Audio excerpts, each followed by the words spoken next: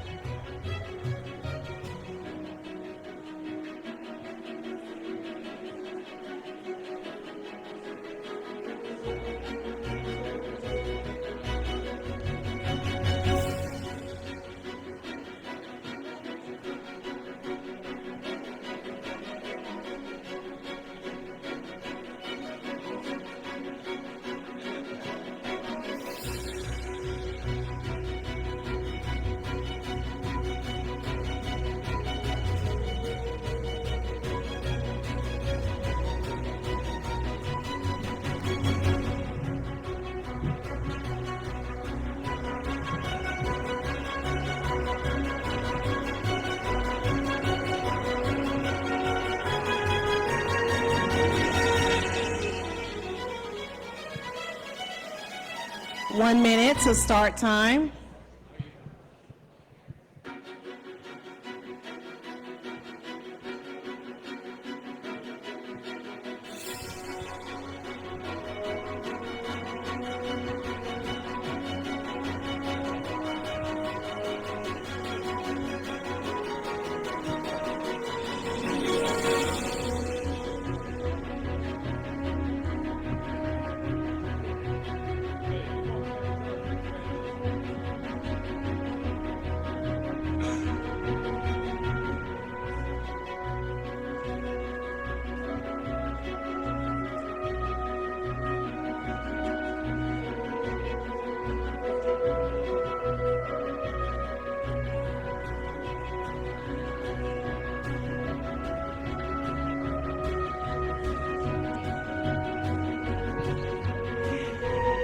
Thank you and welcome to this evening's event.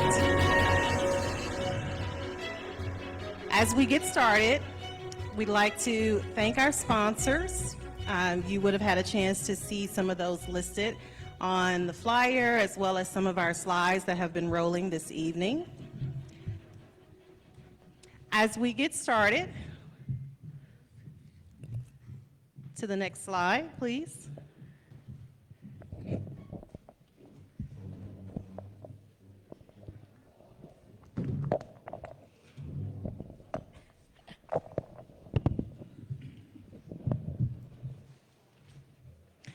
Okay, as the slides get started, we'd like to welcome you this evening to the Mayoral Candidate Forum.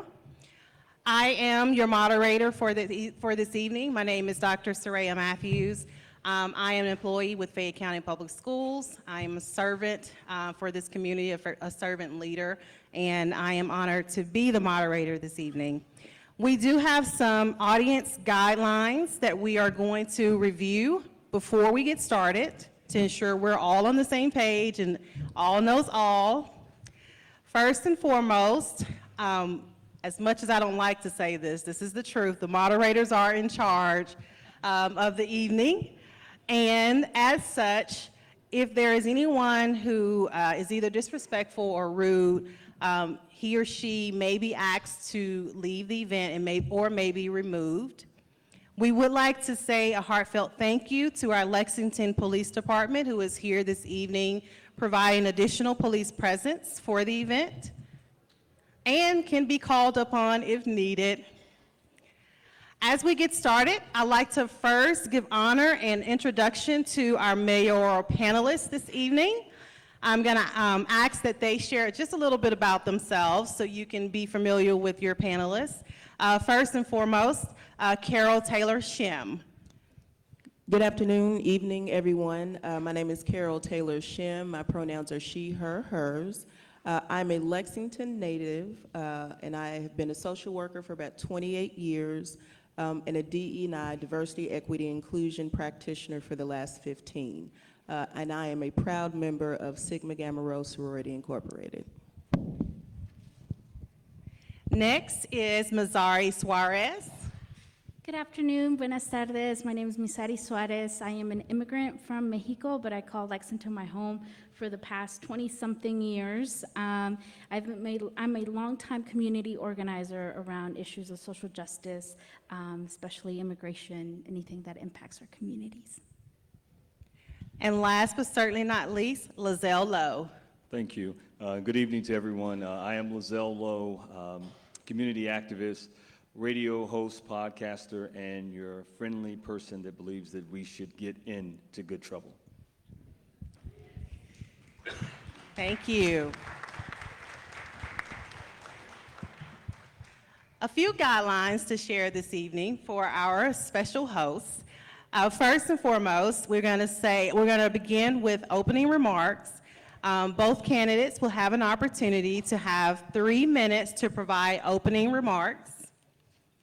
After that, we will share some previously screened questions in which each candidate will have an opportunity to respond.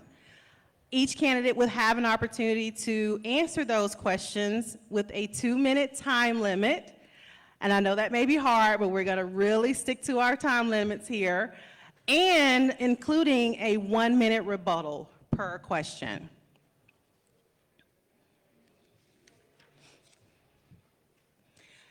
Upon closing, both mayoral candidates will be given an opportunity to present a 3-minute closing statement, and that will round out our evening. With that in mind, we would like to first begin with our introductions of our mayoral candidates.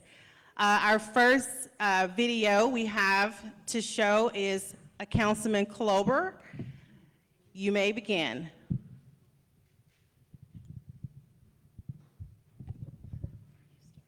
Am I starting this? All right. Was there a video or not? Someone told me there's a video. There's a video. All right. I'll try not to speak over it then.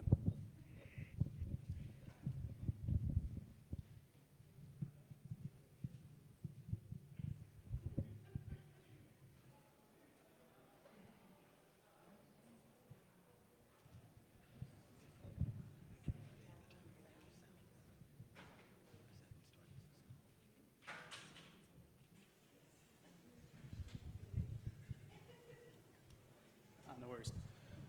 Well, how about this? In case this doesn't get started, I'm happy to just introduce myself. My name is David Kloiber. I'm currently a council member for the 6th District here in Lexington, Kentucky, and I'm running to be the next mayor of our town. So I've lived here my whole life. I only left for a short period of time to meet a girl, have a few kids, and bring them all right back here to Lexington because this is where I wanted to raise a family. So my kids now are 10 and 12. They spent almost the entirety of their life here. They go to Liberty Elementary and Bryan Station Middle, and they're part of the Spanish immersion program. These things are really important to me because education is something that's very important to me. I've spent the last 10 years dedicated to working with my foundation that I'm the president of in order to make sure that we have better educational options for our kids throughout the entire city. This means that our foundation has been the single largest donor year over year to Fayette County Public Schools, and that we have worked with many community partners like the YMCA, the library, and the Children's Hospital in order to make safe spaces for our kids. On the other side of things, I've been working as an investment manager.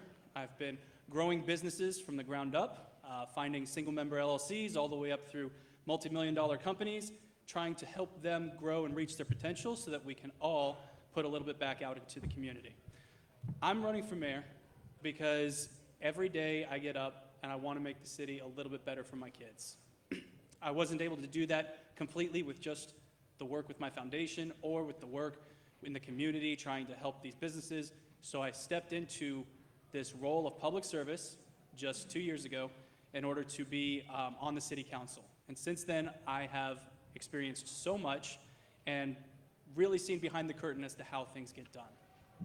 Well, now I'm ready to step into a higher position because the problems that we're faced with now need some definite responses. We need action. We are never going to get someplace different if we don't start now. With issues like the rise in violence, housing costs going through the roof, our lack of affordable jobs paying a living wage, these things all form a tapestry that we need to interconnect with and build upon as a community in order to make sure that we can make Lexington the best place possible. So, in conclusion, my name is David Kloiber. I'm running for mayor. I'm here to be a public servant, not a politician, and I hope that I have your vote in November. Thank you.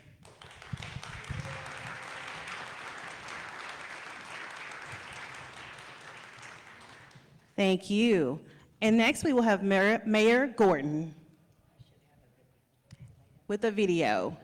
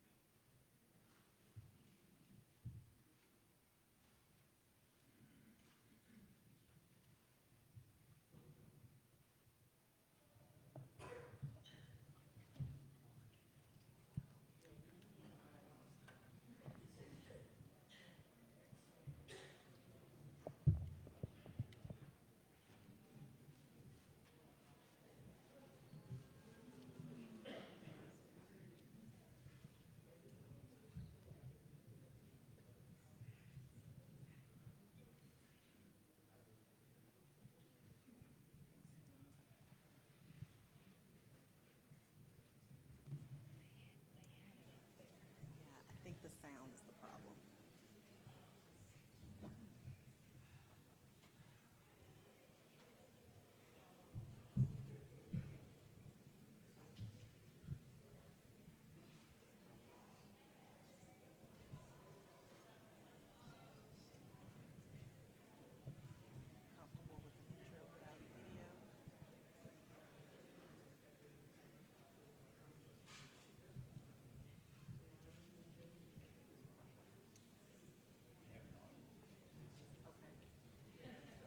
Audio difficulties, do you think you can do it without?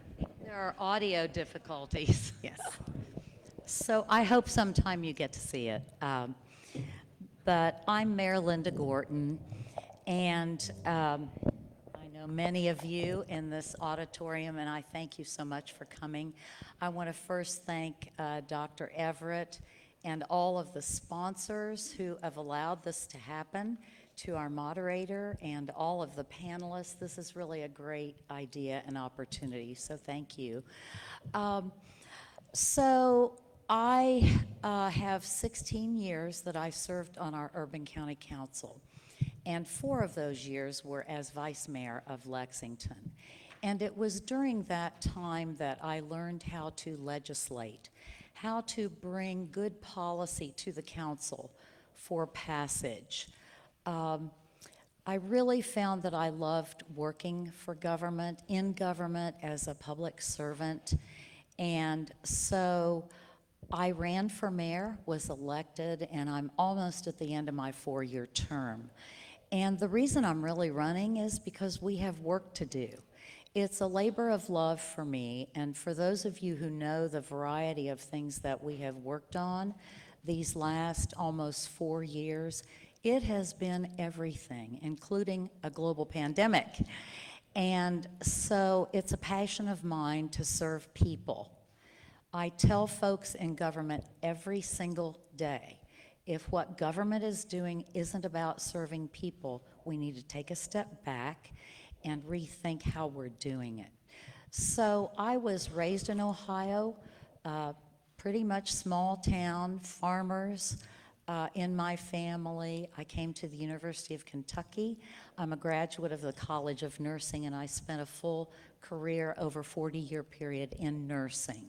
So nurses learn along the way to assess problems and craft solutions and get to the goal to help the patient. And this is exactly what I have been doing as mayor for our great city of Lexington. So thank you all again, and I look forward to helping you understand where I stand on a lot of issues and what I've accomplished. Thank you.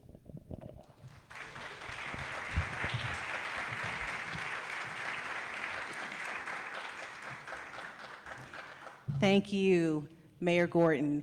So you both did very good on time. Let's keep that record this evening, even without the video. As we get started with our questions this evening, again, these are previously screened questions from our panel members.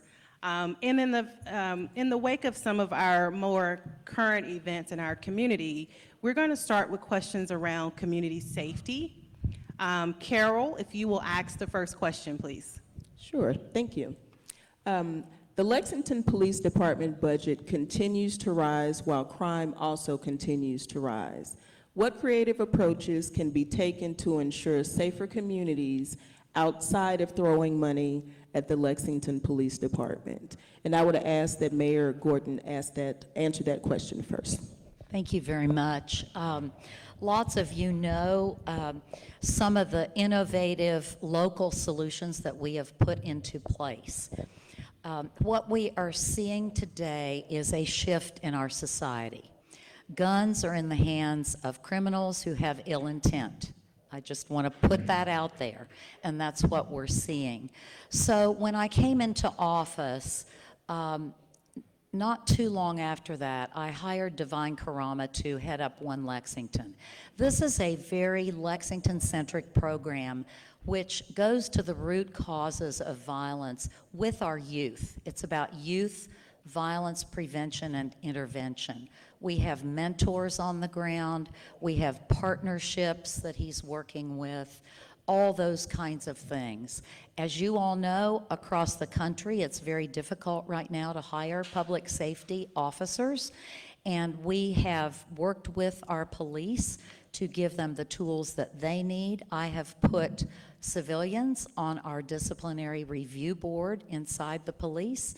I have made some of the records, the Red Book, and those kinds of things, put them online so that people can see what is going on with our police and our officers. And, you know, one of the real big successes around this is the partners we've formed. Our UK trauma folks who are working with the violence right in the emergency room in the hospital when these gunshot cases come in. And we have those kinds of systems in place that are beginning to show a difference in our youth. The youth are the future. And so we've seen a gradual decrease in the homicides in the 13 to 29-year-old ages. We have a third of our homicides are domestic violence related, and we are working with our partners on that. Thank you. Thank you, Mayor. So to restate the question, how can we address these issues without throwing more money at our police, and what innovative solutions can we have? Correct. I think that you break this down into two pieces, right? It's the what and the how. And what we want to do is we want to be safer. We want to prevent things in our communities. And if we're talking about having more police officers to help with that, well, then we really get stuck on that how. There's things that we can do right now that actually reduce the costs to the city and improve the retention for our officers. We could put in place a 36-month buyback on their contracts after training so that new recruits have more of an incentive to stay here and get involved in our programs. We could even put something in place called an executive drop, which allows us to keep those officers that are close to retirement to opt in to continue to stay with us for years so that they can get a one-time bonus. And these things actually save the city money. If you're talking about actual programs that are going to go out there and help, thinking outside of the box, I know many of you in here have heard me talk about a program called GVI. Now, I didn't come up with GVI. This is something that was brought up by the community. This is something that's been vetted for years across the country. For 20 years, we have scientific studies showing that this can help to reduce and prevent the violence by making sure that we stop the second, the third, and the fourth instances of recurring and retaliating violence. It doesn't matter what the cause is of the violence. If we work as a community and make sure our community is working with law enforcement, we can solve it. But right now, all we're doing is putting in place programs which come in after the fact. We're putting in cameras that only help to solve crimes after the fact. We're going out there into our community and saying there's nothing our police can do to prevent this. And we're asking the community to step up. Well, it's our job as the government. It's our job Thank you, as the Councilman. mayor to build that community relationship. When the chief comes out and says, we Thank need you, the community Councilman. to step up, what he's actually saying is, you're failing me, Mayor. Thank I you, need your Councilman. help." You do have 1 minute to rebuttal. Well, my rebuttal is, my administration has called many cities that were on the list as using GVI, and there is no correlation between GVI and a decrease in homicide. This is a fact. We have the numbers, and many of them have quit using GVI. They no longer use it, even though they're listed. You know, the chief and I have an excellent relationship, and it's offensive to me that my opponent would say the chief is saying the mayor is not doing enough. He should know better, but he has never talked to the chief. I talk with him almost daily. Public safety is important to our city and our people, and I talk with him daily, and we understand what our goal is. Thank you. 1 minute. We don't need words. We need actions, all right? We don't need to sit here arguing over what the facts are, because the facts are what they are. Anyone can go check it themselves. I don't know what cities the mayor is saying she talked to, but it wasn't Memphis, it wasn't Louisville, wasn't Indianapolis, wasn't Boston, wasn't Cincinnati. I don't know who she's talked to about this, but the people I'm talking to, the experts I'm relying on, have 20 years of peer-reviewed evidence to support this. And it's not just a thing we hand-wave and dismiss. Because not just that evidence is out there, we have over 2,000 community members who are bringing this to our attention, who are bringing it forward and saying, we will participate. So if the mayor and the chief are asking for community involvement, we already have it there, ready, willing, and able to take action.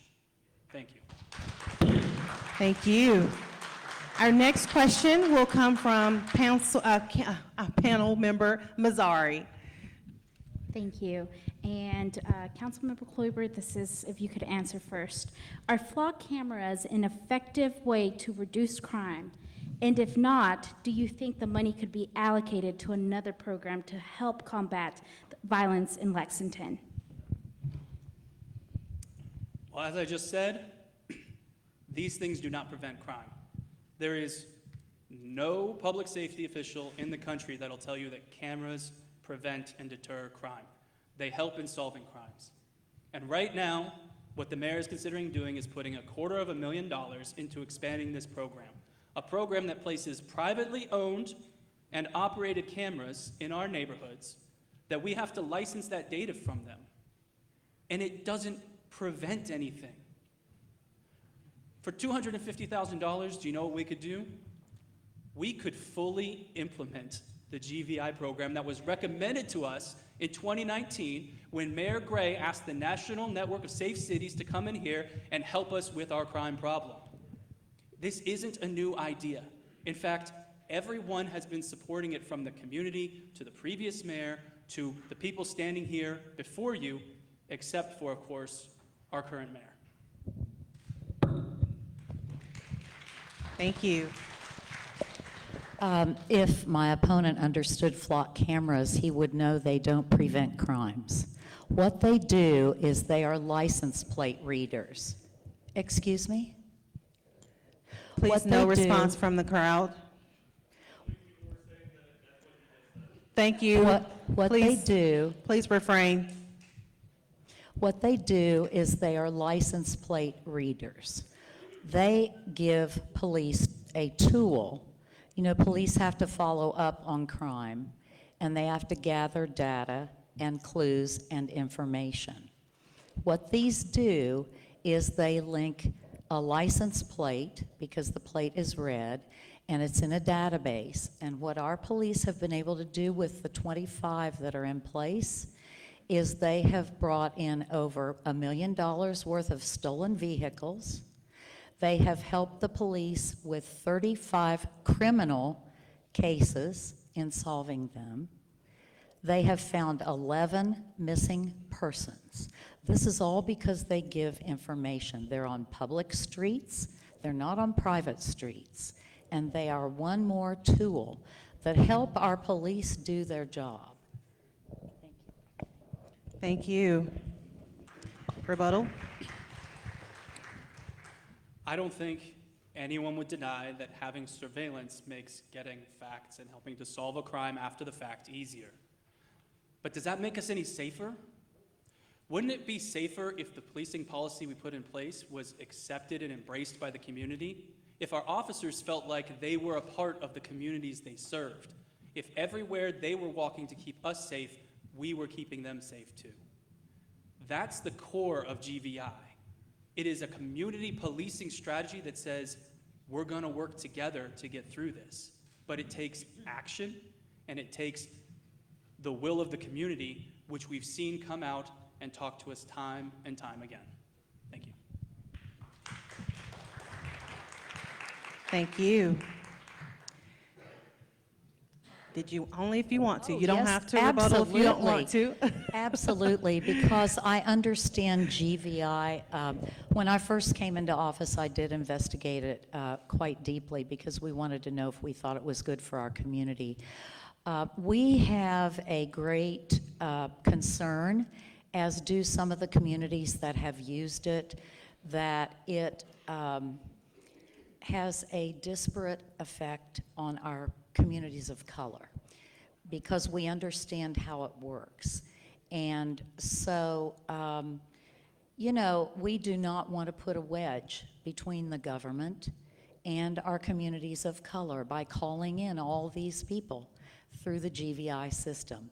We think it is much better to have local solutions. And that is really why we're very concerned about GVI, and many cities have given it up. They're listed as GVI cities, but when we called them, they said, well, we haven't done that for 5 years. We haven't done that for 10 years. Thank you, Mayor. Thank you. All right. Thank you. Our next question will come from Lizelle. Thank you.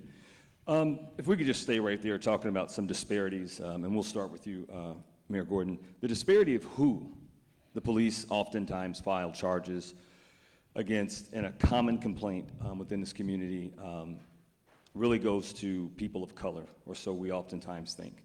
We often see crimes happening in predominantly white areas of town, but never hear about charges being filed, especially against UK students celebrating UK wins.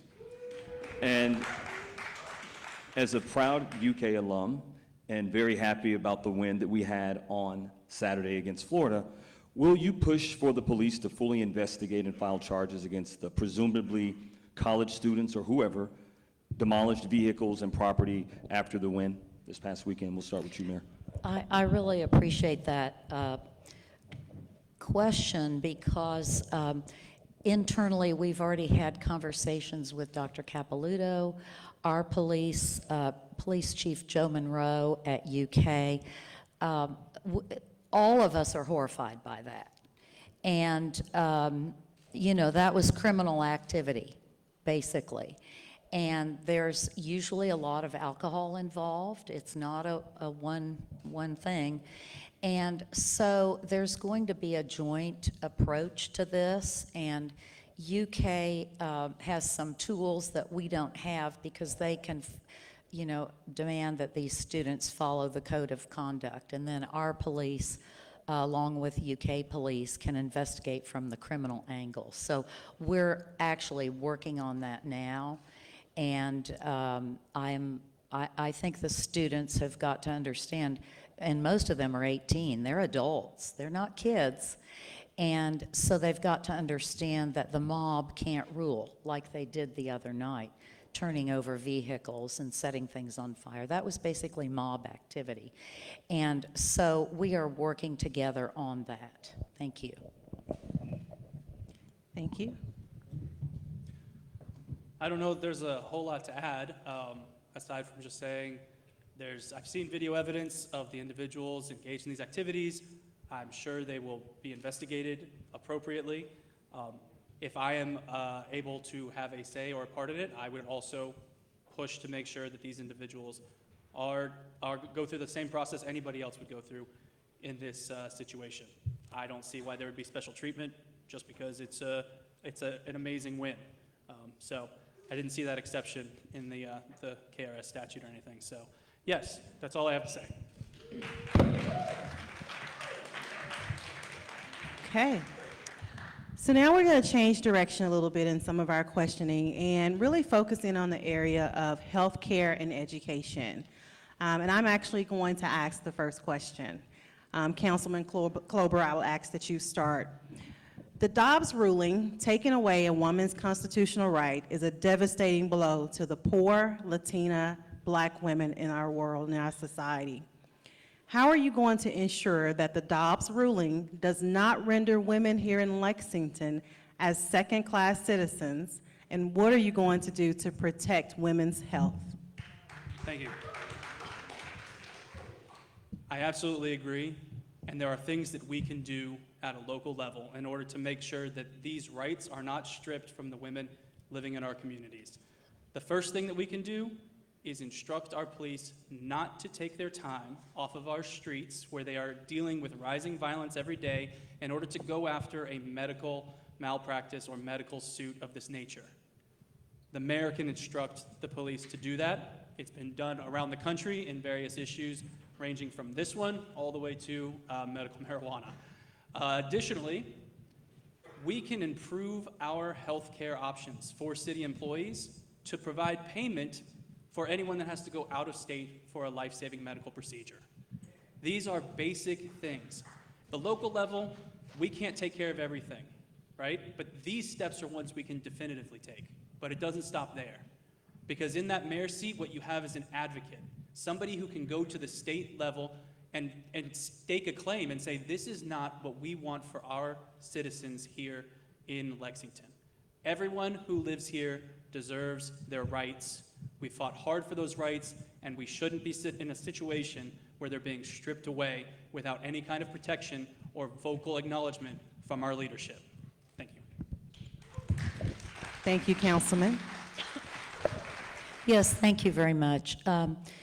Most of you know that I'm a registered nurse and I practiced for a long time, and I have always believed that the most sensitive healthcare decisions should be made in that confidential room between the patient and the doctor.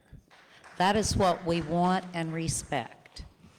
And so that is my first premise, is I hold that sacred, the relationship between a woman and her doctor, and government has no business inside that room.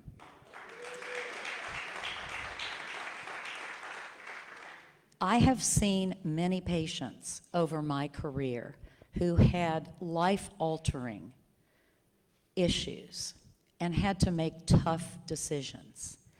And my opinion is we don't want a woman whose life may be threatened any minute waiting for the government to tell her what to do. So you have an option on November 8th, right? With the constitutional amendment that's on the ballot. You can vote no, right? And furthermore, you should talk to your state leaders. I think it's a real slippery slope. What my opponent wants to do is to tell our police which laws to enforce and which laws not to enforce. That's a different piece of this conversation. That's dangerous. We can go to other countries and live if we want the government and the mayor and the leader telling us which laws are okay and which we don't enforce. I'm fully on board with protecting a woman's right, and each of us can speak up about that. Thank you. Rebuttal? The legislative branch makes the laws, the executive branch enforces them. It's literally the job description of the mayor to enforce these laws. To abdicate that responsibility and say, this is a state issue, there's nothing I can do, is literally just that. It's pushing it on other people. Every single day, as the chief executive, it is your job to decide how we are enforcing these laws, including right now, deciding not to bring GVI to the city. So I am a little bit confused about your first statement, which said it should be between a woman and her doctor. That's how it used to be.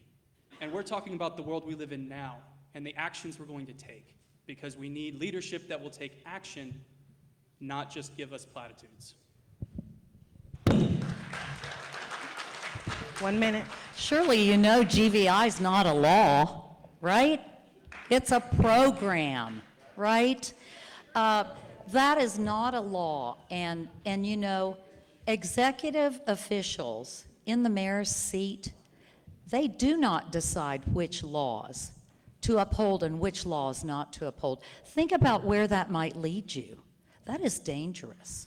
If a law is on the books, we don't have that luxury to tell our law enforcement folks, don't enforce this, but do enforce this. And GVI is not a law, so that has nothing to do with this. Thank you. Thank you. Our next question will come from Lizelle. Councilman Klober, in an age of growing pandemic fatigue, how will you address the continued public health crisis of COVID-19 and now monkeypox?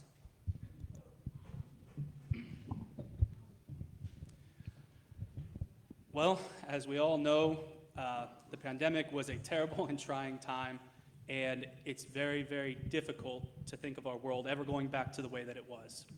So now, with the potential of monkeypox being more rampant throughout our states, all we can do is help to support and make sure there is access for all of our residents, regardless of their employee status, to the type of vaccines and health care that they're going to need when they're faced with these kind of issues in the future. We need to make sure we have support networks. We need to make sure that people's ability to live a healthy life, especially in the face of growing pandemics, is not tied to who they're employed by. We need to make sure that we have that kind of protection, and we work towards policies which add that to the robust social network that we are putting in place for the residents of our city. Thank you. Thank you very much. I'm the only candidate up here who has dealt with the pandemic.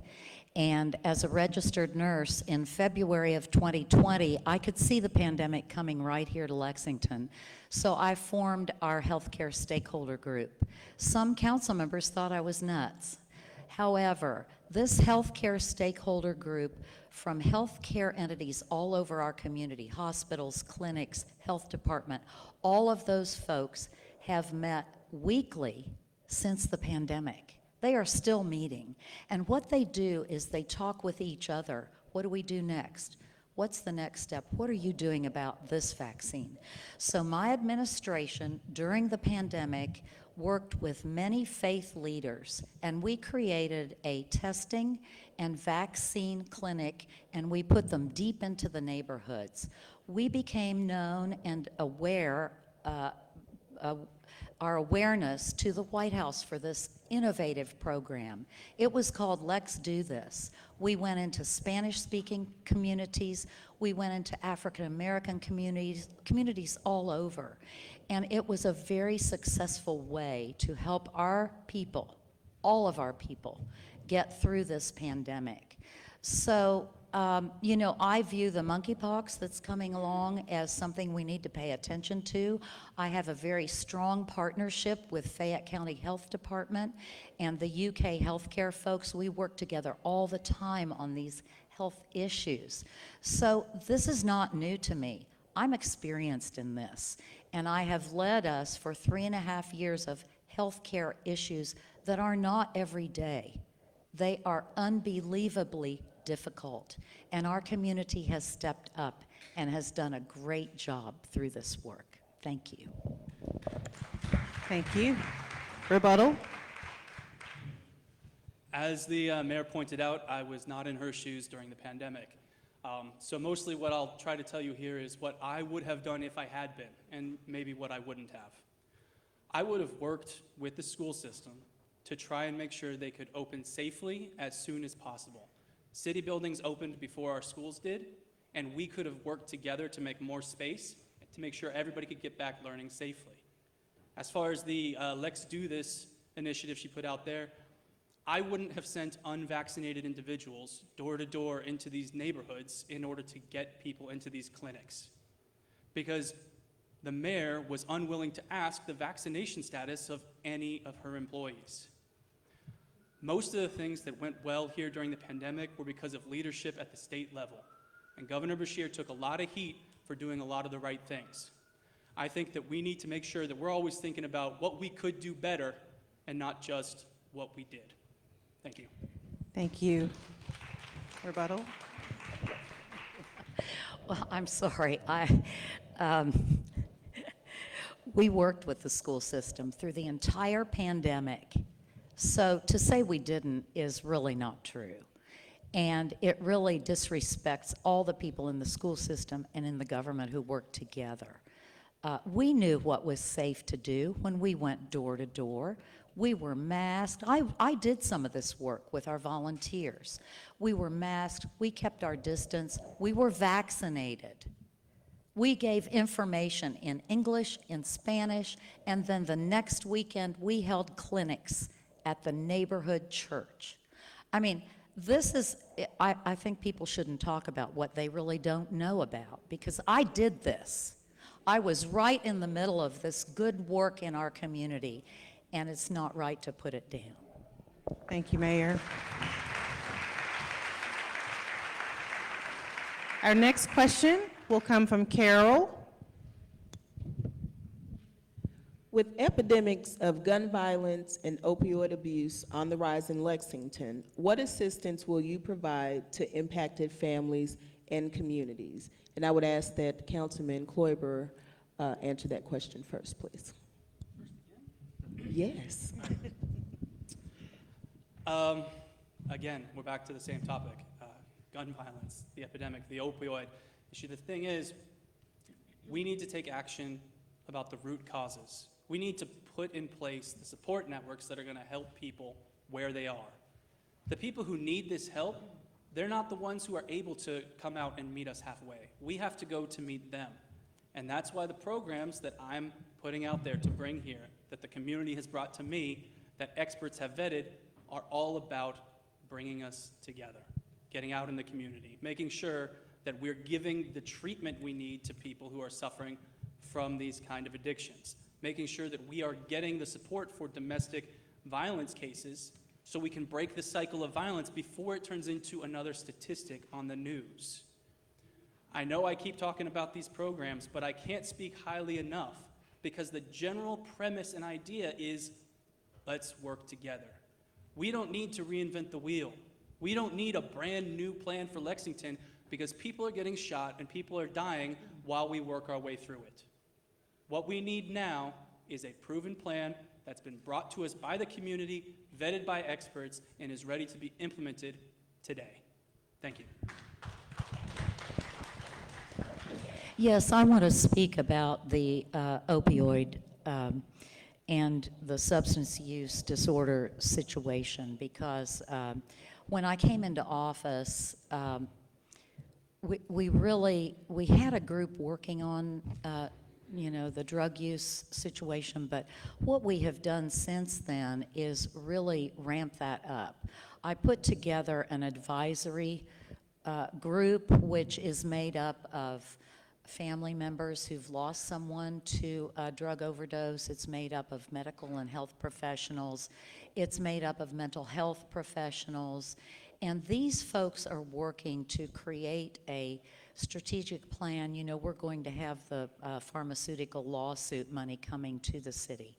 And we want to be sure that we're very strong in how we use that. Another thing that I did right away was to ramp up our community paramedicine program. Some of you may be familiar with that. The community paramedicine program goes straight to people who are in need, who may not have a 911 emergency, but they do have some sort of an issue. We have worked with the state government and the federal government. We just were awarded a big grant to have $1 million for our Narcan distribution. Before I came into office, our police didn't carry Narcan. All of them carry Narcan now. Fire carries Narcan. We've worked with the health department to train individuals to carry it. I have it in my office. I mean, we have been working on this issue in much more robust ways. And we're starting to see some results, but it's a tough issue. During the pandemic, people were closed up in their homes, and really and truly, it was a difficult time if you were in some of these supportive homes, Isaiah Thank you, Mayor. House, Shepherd's House, because you couldn't do that. Thank you. Thank you. Rebuttal? So the opioid epidemic is obviously a huge issue, but most of what the mayor just talked about is talk. I brought together a group, we talked about it, we're looking into it, we're gonna make steps towards it in the future. We have some major issues. We have people trafficking these drugs into our communities, and we are not utilizing the tools in order to go after these people who are spreading community misery and removing them. This is the only way that we're going to be able to see some relief from this problem. And it's going to take all of us and a leader who's going to act instead of just forming another committee, another group to talk about it tomorrow. 1 minute.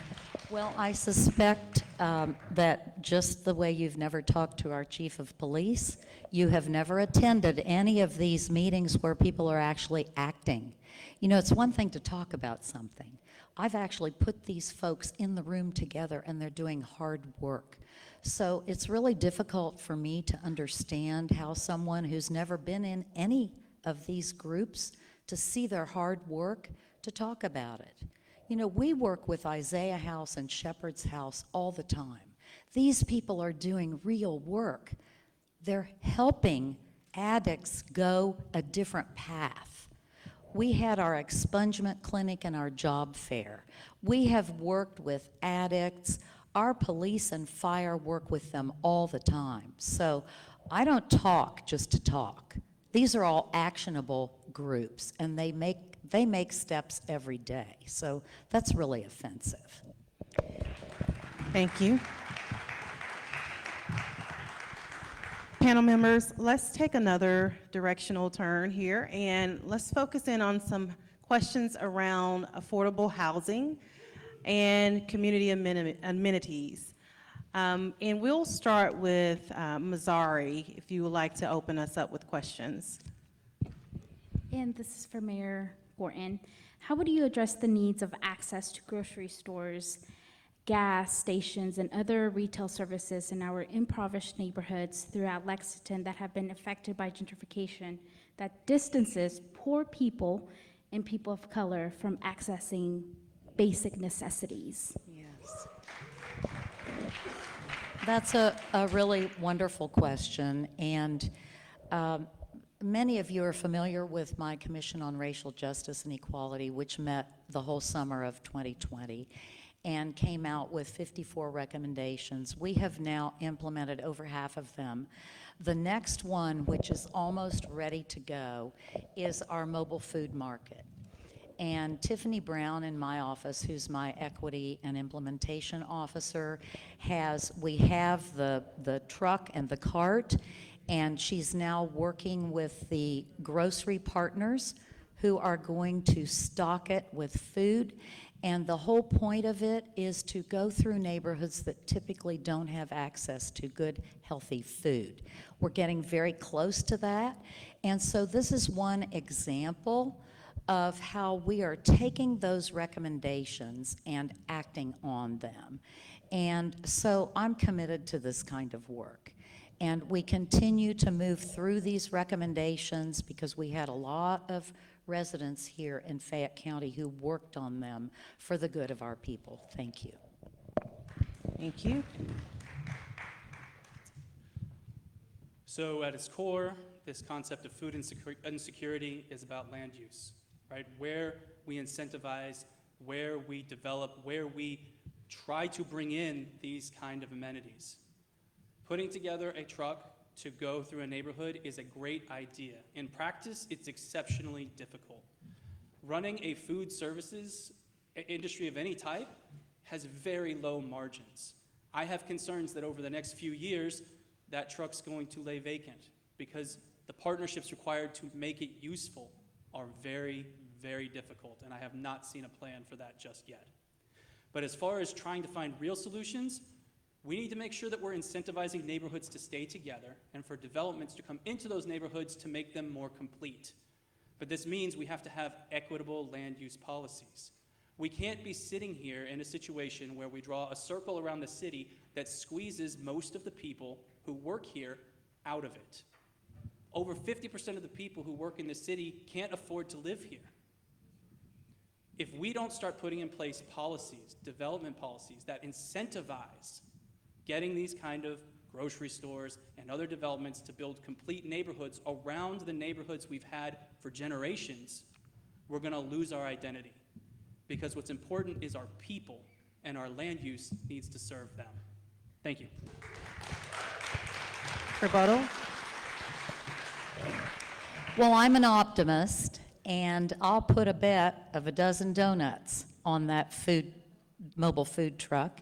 It is going to be in action. And so are we going to ask everyone in the neighborhoods to move out so they don't have access to this fresh food? I don't think so.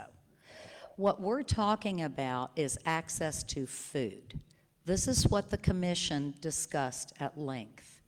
We're not talking about moving people out to other neighborhoods to get food, right? We're talking about taking the food to them, and that's the whole point of this. Fayette County is very lucky because we actually have land. Most cities don't have land, and there's a lot of local food that's grown on that land, and we're going to have quite a bit of it in this mobile food truck. So when we're up and running, I'm going to have you come ride with me. Rebuttal, 1 minute. Well, I hope that at that time we have more local partnerships with Seed Leaf and Black Soil working that truck if it's able to keep itself going. But the point is, we can't look at this as just under a microscope as one issue. Everything's connected. Everything we're talking about here tonight is connected. This scarcity of food, this equitable land use development, this is all connected to our crime and drug problem. It's connected to the gentrification issues of pushing people out of our city. It's connected to the affordable housing that we have a lack of because our rates for rent have grown more than 30% over the last year. All of this is connected. We can't just look at one piece and say, if I put a grocery store here, it solves the problem. It's about equitable land use policies that make sure we keep our residents in their neighborhoods. Thank you. Thank you. Our next question will come from Lizelle. Well, you guys gave me a leeway, so we're going to stay right there. We'll start with Mayor Gordon talking about rent. Rent in Lexington has risen at the highest rate in the nation over the past several months, forcing many people to live outside of the city and commute to work. What do you plan to do to bring more affordable housing to a sustainable level in Lexington for future renters, especially those that are low-wage workers and what we consider to be the working poor? Let me tell you what I've done. And first of all, in my budget, I had $2 million for affordable housing. And in case you don't know, my opponent voted against the budget, which had a lot of good things in it. I also recommended to council that we spend $10 million of ARPA funds on affordable housing. And the council voted to accept that recommendation. So we have a wonderful Office of Affordable Housing, and our manager knows a lot of the rules and the ways to leverage money. With the money that the city's put into affordable housing over the last several years, we formed it when I was vice mayor in 2014, so I was in on that initiative. We have created or helped to create over 3,000 units of affordable housing right here in Fayette County. And the way we've done it is to leverage state and federal dollars. The council, the mayor, we have no way to regulate rent. We don't have that as an available option. But we do have ways to help people get into housing. I developed, and I'm the first mayor ever to have, a Department of Housing Advocacy. Within that is homelessness, affordable housing, code enforcement. We put code enforcement in there. And code enforcement now has an amount of money, which my opponent voted against when he voted against the budget, to help low-income folks who are eligible for that money. They can take that money and fix up their home with the code issues that they have without going out of pocket. So we're doing a lot of these things. I implemented. Thank you, Mayor. Okay, I'll tell you about that later.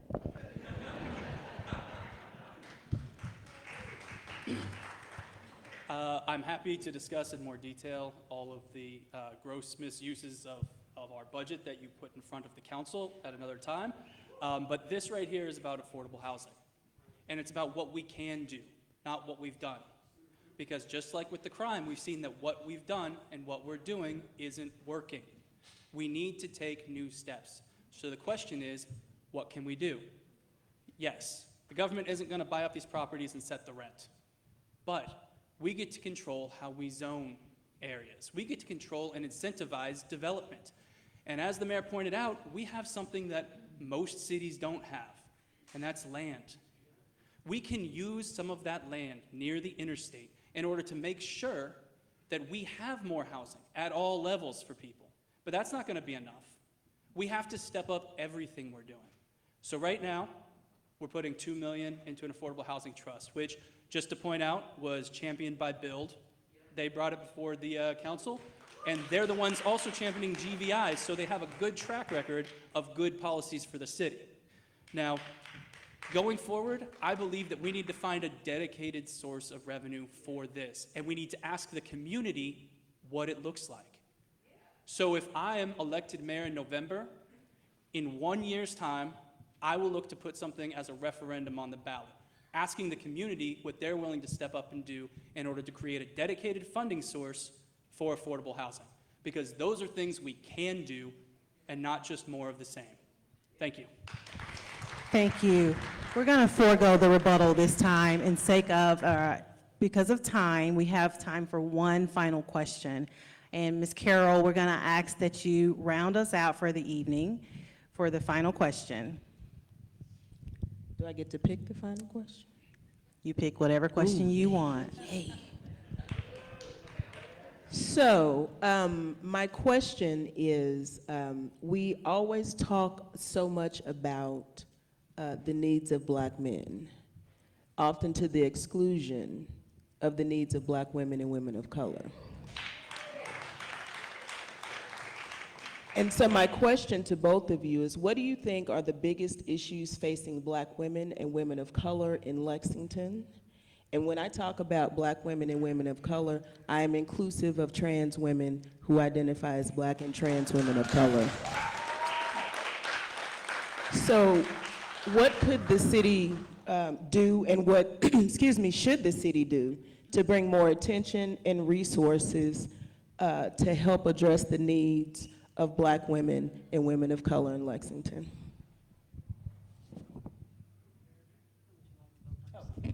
Mayor Gordon, if you'd like to start that. Yes, thank you. Women are 52% of our population here.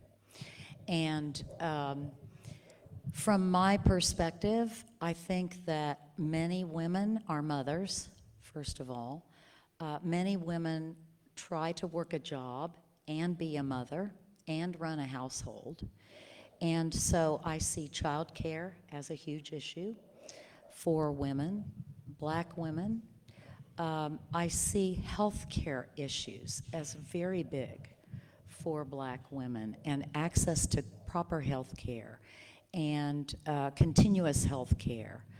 I see support from the community because I do believe that many Black women are single mothers from the statistics that I've seen. And so we are working a lot with mentoring programs for those types of families to help the children, because if you help the children, you help the mom. And so those are some of the kinds of things that I think are important for Black women. Thank you. Thank you for the question. I'd like to expand it a little bit to say all women and all minority women are faced with the same problems, and sometimes more so than their peers. And yes, oftentimes, specifically with programs we've seen, like the mayor's initiative when she repurposed One Lexington, only focused on men between the ages of 13 and 29. Now, we have programs in the community like Operation Make a Change, which works with men and women, because when we have these instances, we have 9 shootings the other day, 7 of them were women. In a lot of these situations, they're just as integral and involved, but they're not getting the attention. I think that we need to make sure that we don't fall into antiquated ways of thinking, where we try to say, this is a single mother home, or this is just a young man issue. We need to make sure that we're treating everybody the same and meeting them where they are. So programs like Step by Step, Operation Make a Change, MAID, these are things that the community already has in place that we could work with by giving them funding in order to see great results. So what I think our responsibility is to find those partners instead of trying to reinvent the wheel. Because when we do it ourselves, we're always prone to make mistakes. When we're doing it as a group with the community, we can get it done. Thank you. Thank you, Councilman. As we begin to round out our evening, we're going to close with a 2-minute closing statement from each candidate this evening. We will begin with Councilman Klober. So first, I want to thank everybody who came out today, all of our panelists, the sponsors, everyone who put this on. These kind of forums, these kind of interactions, this is where it happens. This is where governance happens, because it's representative. I don't have all the answers, but what I do have is the ability to treat you as the expert in your own life. Only you know what you've lived through, and you probably know some of the answers to things that will help you. It's not for me to sit up here and not interact. I'm here to listen, to work with you. So when we're talking about addressing the gun violence, when we're talking about addressing the affordable housing, when we're talking about all of these big systemic issues, just know that I will be a leader who stands beside you as a public servant. I will pick up those tools and I will work with you to build a better tomorrow for all of our children, because it's not about saying what you've done. It's not about saying that we're going to discuss it. It's about taking real action together to get where we want to be. So in November, you have a choice. You have a choice for a person who is not trying to be a politician, but a public servant, someone who's going to take action towards getting the results that we need now. On November 8th, please vote for David Kloiber. Thank you. Mayor? Thank you very much. Thank you to all the sponsors, as well as our moderator and the panelists here. I appreciate your work. The choice you really have is between someone who is experienced and who actually has a record of doing things. That is me. You can look at my website, lindagorton.com, and see what I have accomplished since 1999. working on council, working as vice mayor, some of the initiatives that I started and brought to our council and finished. This is the choice. Do you want someone who is actually doing things as a leader, who has led this community through a global pandemic, who has led this community through a roller coaster economy, who has focused on racial justice? These are things I've already done. You can look at my record, and I'm the candidate up here who actually has a record of accomplishing things. So I urge you to go to my website. You know, I focus on people every day. For me, it's all about people. And that's what servant leaders do, is focus on people. If we're not helping people and making it better for people, then we need to pivot and do something differently. So I urge you to vote for Linda Gorton on November the 8th, and I really appreciate you all being here. Thank you.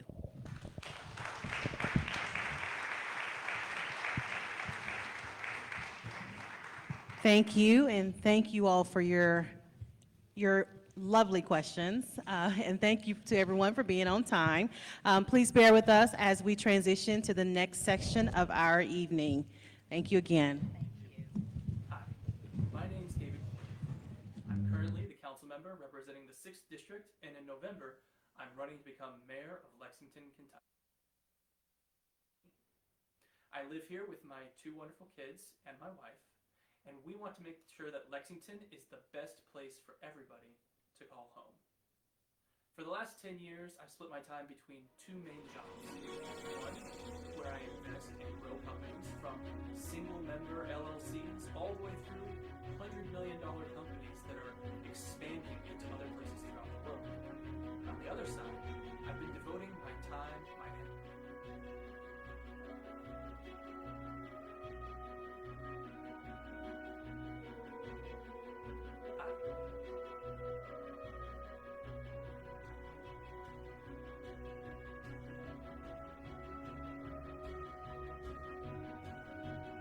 My name is David. I'm currently a council member representing the 6th District, and in November, I'm running to become mayor of Lexington, Kentucky.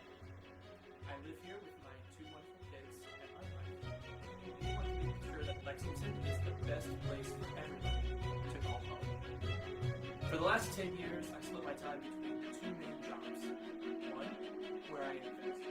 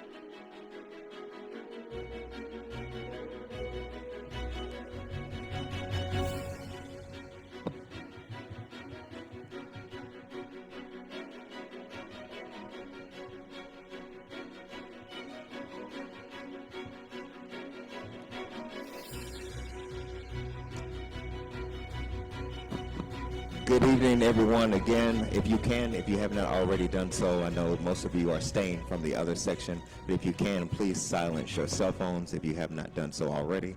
Also, what was probably said earlier, this is also streaming on different platforms on Facebook that you can share to your particular page. I know it's on the Black Faith Leaders of Lexington vicinity, so you can share that as well. My name is Mario J. Radford. I'm a proud member of Alpha Beta Lambda chapter of Alpha Phi Alpha fraternity, also the CEO of Mario J. Radford and Company, which was a consultant company for helping you find your unique design. It is my pleasure to serve as a moderator tonight. Also my opportunity and pleasure to give you some rules. I love rules, and I love to express them to you to let you know that they will be enforced. The moderator is in charge, as was said earlier tonight, so I want to reinforce that as well. So we want to make sure that those of you who might have things that you want to say, that you please refrain from saying that. And we can also remove anyone who is deemed disrespectful or rude. And we also want you to know that the Lexington Police Department is providing additional police presence in the event that we need it. At this time, we would like to introduce the Council at Large panelists who will be answering the questions. Faith Calhoun Loudon, Josh James, and Jessica Berry. Will you please give them a hand tonight?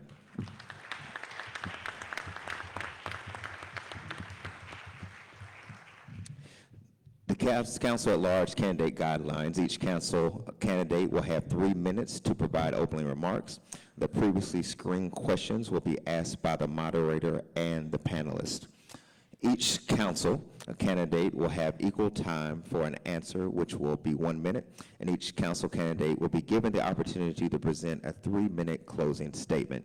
While our special guests tonight that are going to be answering the questions are going to go ahead and introduce themselves, will you please go ahead and load the video so that by the time they get finished with their introduction, the videos for the introduction of the council at large will be able to play at that time.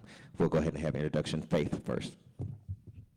Good evening. My name is Faith Calhoun Loudon. I've been a resident of Lexington for just under 20 years. I am a servant leader also in this community for that duration of time and a social worker by trade. Thank you. Good evening. I'm Jessica Berry. I am a native Lexingtonian and a community activist specifically related to equitable opportunities and access around education. Well, good evening, everyone. I'm Josh James. I'm with 91.3 WKY, Lexington's NPR news station, and I want to thank the rest of the sponsors and, of course, the candidates and all of you for showing up as well. Thanks. Thank you. Can you give them a hand one more time? At this time, we will have the video for James Brown, for Richard Maloney, and Dan Wu videos that are going to be playing. Are those ready?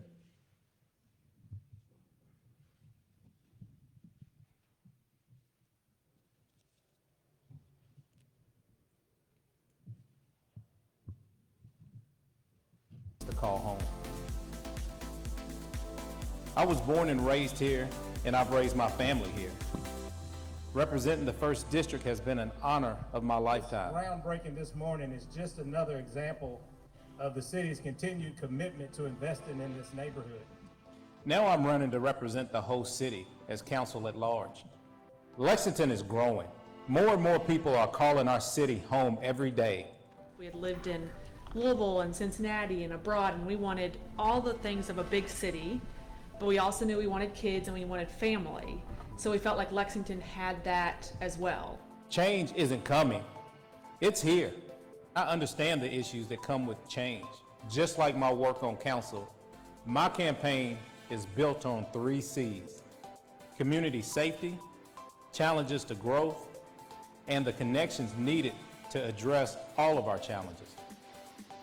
I say community safety instead of public safety because public safety is a vital service, but community safety is the goal. We can't reach it unless we all work together. Everything that makes Lexington a great city leads to growth, and with growth comes challenges, such as displacement of vulnerable communities. I said, well, I'm just hoping that Councilmember James Brown is going to take my place and continue to push for the kinds of programs and support that really we need for housing in this community. Problems with retaining talent and infrastructure challenges like traffic. I believe you have to listen before you lead, and nowhere is that more true than on the issue of growth. I believe the power of connections, and I've earned the reputation of working well with others at City Hall to get things done. I will use the same collaborative approach as an at-large council member, serving all of Lexington, as we strive to turn our challenges into solutions. A vote for James is a vote for my future. Do you want to be involved? Well, then join the conversation and follow our campaign at votejamesbrown.com.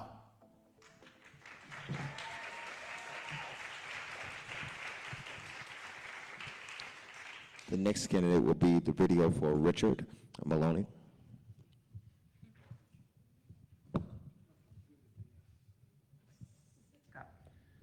Hello, my name's Richard Maloney. I've been your council member for the last 8 years. A lot of things that are very important to me have happened that I've been a big help in getting done.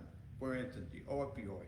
It affected me personally. I've lost a close friend to overdose, and I think it has affected everybody through the community. I went out and promised people that I was going to help fight this. So I was able to get some lawyers, and we ended up taking on the big companies, and we won. And for the next 20 years, we'll be getting funding back into the community to make sure that we go to social workers and educate to help the opioid problem. The other thing I did with really a passion to me is we have the oldest African-American church in Lexington, the Main Street Baptist Church. And they've been fighting for many years on their location. The last 8 years, the city and the park have been trying to take their parking away, and also sometimes they felt like they wanted to get rid of all the church. I took up for them. I'm the only one on that council that stood up for them, and I think we're gonna win. The other big thing that's a passion to me, and it's been a big problem, is eviction. And as you all know, the last 3 years with the pandemic, the eviction has been a major problem. The city received a lot of money, but I'm afraid the city fell behind the 8 ball, delayed getting that money out. A lot of people have been evicted and didn't have nowhere to go. I have been working with those people and the nonprofits to find them permanent housing, and to this day, I continue to still work with them on that. Something else that's been a big issue that I'm concerned about is unemployment and housing. Housing in Lexington is doing well in certain areas and not well in other places. In those places, not only is housing hard to get, but unemployment is high as 20%. And it really bothers me when I hear everybody brag that we have the lowest unemployment. That's not true. So that's why when I vote on the budget, there's some things that I don't vote for, and because I have a hard time supporting projects like on the Vine Street sidewalk that were $25 million. Think about what it would have done in that community where you had 20% unemployment and housing. That would have been a big hit, which I think is a lot better than that's why sometimes I vote against this budget. And for the next 4 years, I want to make sure that we find housing, we make sure we have public safety, that we increase our police, fire, our 911, and our correction. We are very short in all that, and I want to continue to be creative how we can fix that problem. And also, I want to make sure we have enough jobs and housing, so that was going to be my top priority for the next 4 years, so thank you.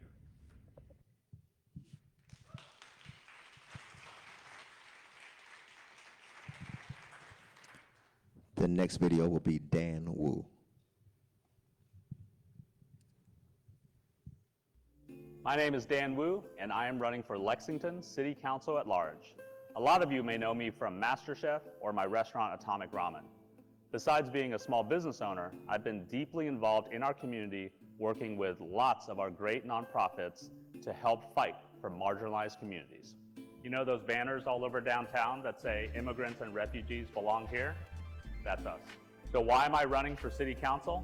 Because as an immigrant, I believe everyone should have the opportunity to not only survive, but thrive in this great city. Because as a small business owner, I believe everyone should have the tools to create jobs and opportunities. Why am I running for city council? Because Lexington is growing fast, and if we don't grow intentionally, we will leave folks behind.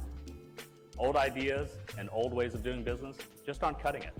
We need out-of-the-box solutions to tackle Lexington's challenges, and we need bold leadership to make Lexington an even better place to live for everyone.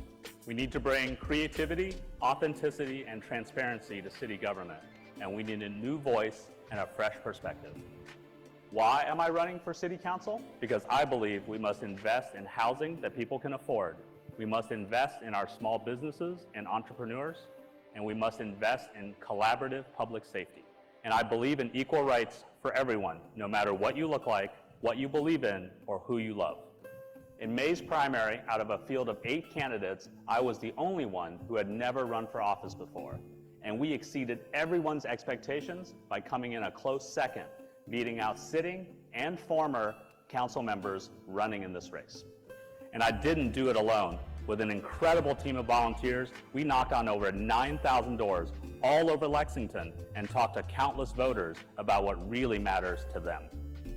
And I plan to bring that same collaborative energy to City Council because government works best when it works with the people we represent. We now have the opportunity to help shape the direction of this great city as we grow towards a safer, more equitable, sustainable, and prosperous Lexington for everyone. That's why I'm running for Lexington City Council at large. Vote Dan Wu on November 8th.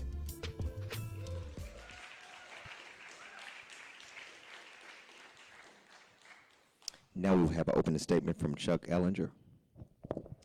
Good evening. I'm Chuck Ellinger, and I'm running for re-election for council at large. I was walking door to door recently, and a gentleman came to the door. I asked him, do you know what 2 of the biggest problems that are in politics? He looked at me kind of stone-faced. I said, ignorance and apathy. He looked at me back and said, I don't know, and I don't care. Well, I want you all to know that you do care because you showed up tonight. I want to thank you all, the moderators. I want to thank the panelists because this is important what we're doing here. And thank you all for coming out here because you do care. You could be doing a lot of other things, but you're here, so thank you for being here. Let me give you a little background of myself. I grew up in Lexington. I went to Cardinal Valley. I went to Beaumont, graduated from Lexington Catholic. I graduated from Rollins College in UK Law School. I passed the bar in 1990, and I've been a lawyer ever since. I owned a small business with my family called Rogers Restaurant. My dad actually bought it for my mom back in 1974 for a Valentine's present. She said, don't ever buy me another Valentine's present again, because it was a gift that kept on giving. I actually sold it in 2014. If I still had it today, it would be 100 years old next year. I became a council member at large in 2002, took office in 2003, and I was on for 12 years. I came back on the council in 2018 and presently on the council. And being on the council for 16 years has been a real privilege. It's an honor to be on here. As one of our former presidents said, there's not a more noble calling than public service, and I really appreciate the opportunity you've given me to do this. I take this job very seriously. I have, for this 4 years, I have 100% attendance for the committee meetings I'm on, the council meetings, and the work sessions. I show up, I do the people's work. I will continue to provide that leadership if you all give me another 4 more years. The 3 areas of focus that I really look at is public safety, jobs, economic development, and affordable housing. I really look forward to the questions, and thanks again for coming out tonight.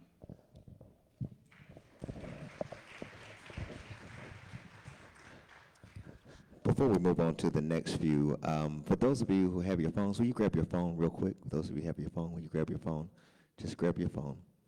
Before I ask the next candidate to introduce himself, he's already introduced himself by taking a selfie of himself while he's sitting there. Will you do me a favor, take a picture of yourself by the person you're sitting beside, take a selfie of yourself so that people can know exactly where you are. Go ahead, I'm really saying that. Go ahead, take a picture. Y'all looking at me like, did he mean that? Absolutely. Go ahead, take a picture of yourself. And then we're going to introduce, yeah, go ahead, smile real quick. Go ahead.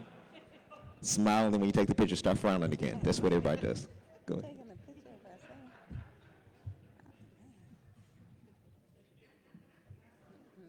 Got mine. All right, and since we did that, we're good, we're good. Y'all look so good, look so beautiful. All right, now we're gonna move on to our next candidate who will do his opening remark, Bill Farmer.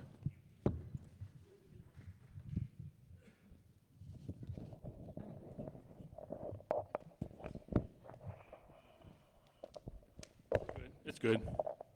Good evening, everyone. Welcome to Lyric Theater tonight.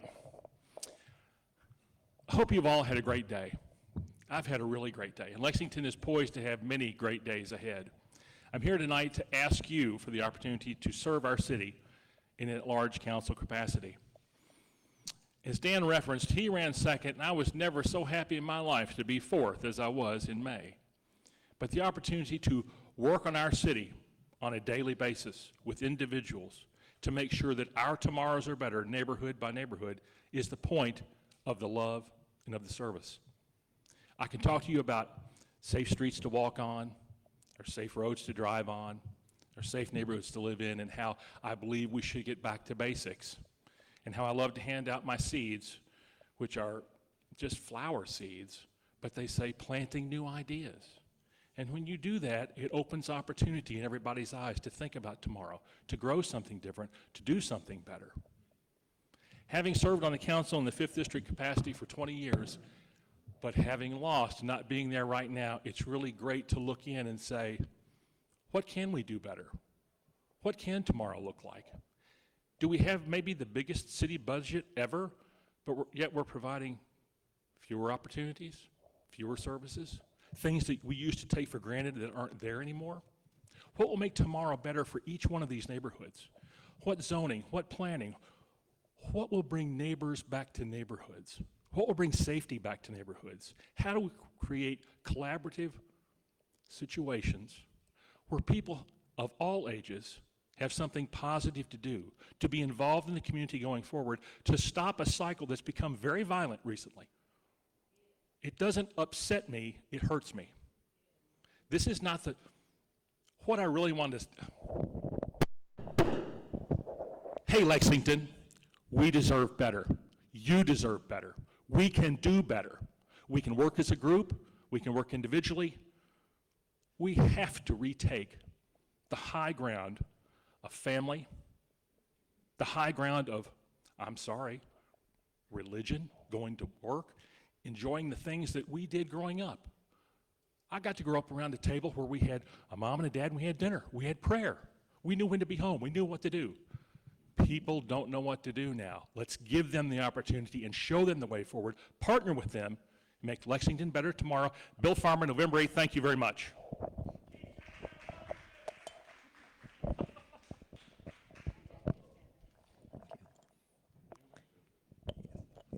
This time we'll have Lily Miller Johnson. Thank you. And I want to thank the sponsors and the people and Dr. Everett for getting in touch with me and including me in this forum. I want to say that I will start by doing what's necessary, then do what's possible, and suddenly I will be doing the impossible. I have been working in the community and been instrumental in getting affordable housing by Community Ventures. Habitat had left, and I worked to get Habitat back here, and Reach. And Community Ventures is, you can get a loan for business or house. These are some of the agencies that are here now because of my diligent on the phone calls to Washington, D.C. A little bit about me. I am a mother of three, divorced mother of three. I have been in Fayette County since I was 5 years old. I was elected a supervisor for the Soil and Water Conservation District in 2008. I served from 2008 to 3 4-year terms. And I graduated from Bryan Station Senior High. I played in the orchestra, I did sports, track and field. and I was on the honor roll every semester. I have been concerned about the community all these years, and I wanted you to know that that is why I'm running, to bring continuity and to see the things that most people don't see. And even though they are experienced, I do see things that most people don't see, and I know how to work those out. And you want somebody that gets action. Thank you. And I hope I have your vote on November the 8th. I'm Lily Miller Johnson. I'm 3 on the ballot, and I'm the only woman on the ballot. Thank you.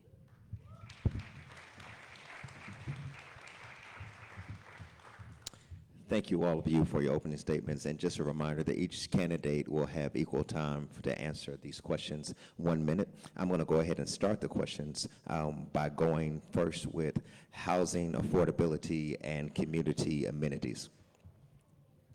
Mayor Gorton recently celebrated 15 years of smart growth in Lexington-Fayette County with the Fayette Alliance, a nonprofit advocacy group, Lexington for Everyone. Another nonprofit group states that the urban service boundary expansion has been flawed for the last 26 years, causing many of the problems of our city faces today with lost job opportunities, unaffordable housing, and inequity and gentrification.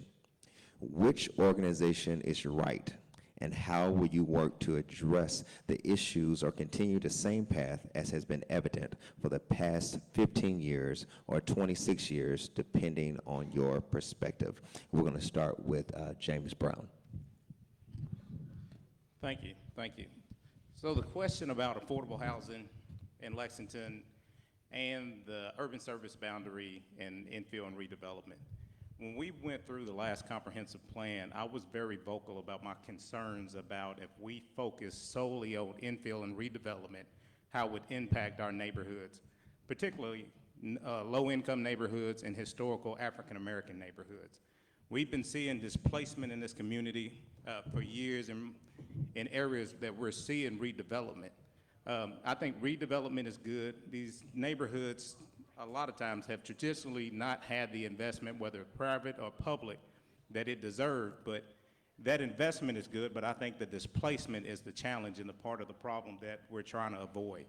I think both groups have points to be made, one being Lexington is unique. We do have a beautiful rural landscape that has potential for us going forward, whether that's in food production, whether that's in ag technology. Oh, am I timed up? Okay.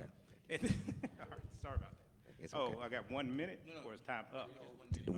Everyone has 1 minute. Once again, every question that will be asked, you'll have 1 minute to ask. You can go next. I would have went faster. No, it's completely fine. It's fine. All right, we can ask the same question by any of the other candidates, same questions. We can start with Mr. Ellinger.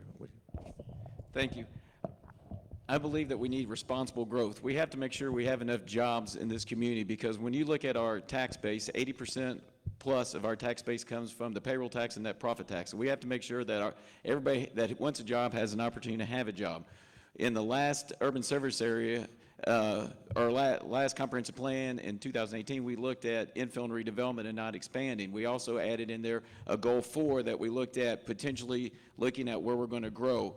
I just recently was driving through the community, and where we have some potential growth is going to be out there in the Hamburg area on Polo, because you have UK coming in, you also have Central Baptist coming in here. So we have to be looking at that. We talk about infill and redevelopment. It's always great until it comes into your area, and then not everybody's that's at NIMBY, not in my backyard. So we have to look at how we're going to grow going forward. Thank you. Let's go, Ms. Lily. Ms. Johnson.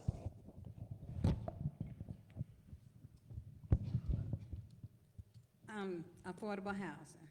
Well, we have, again,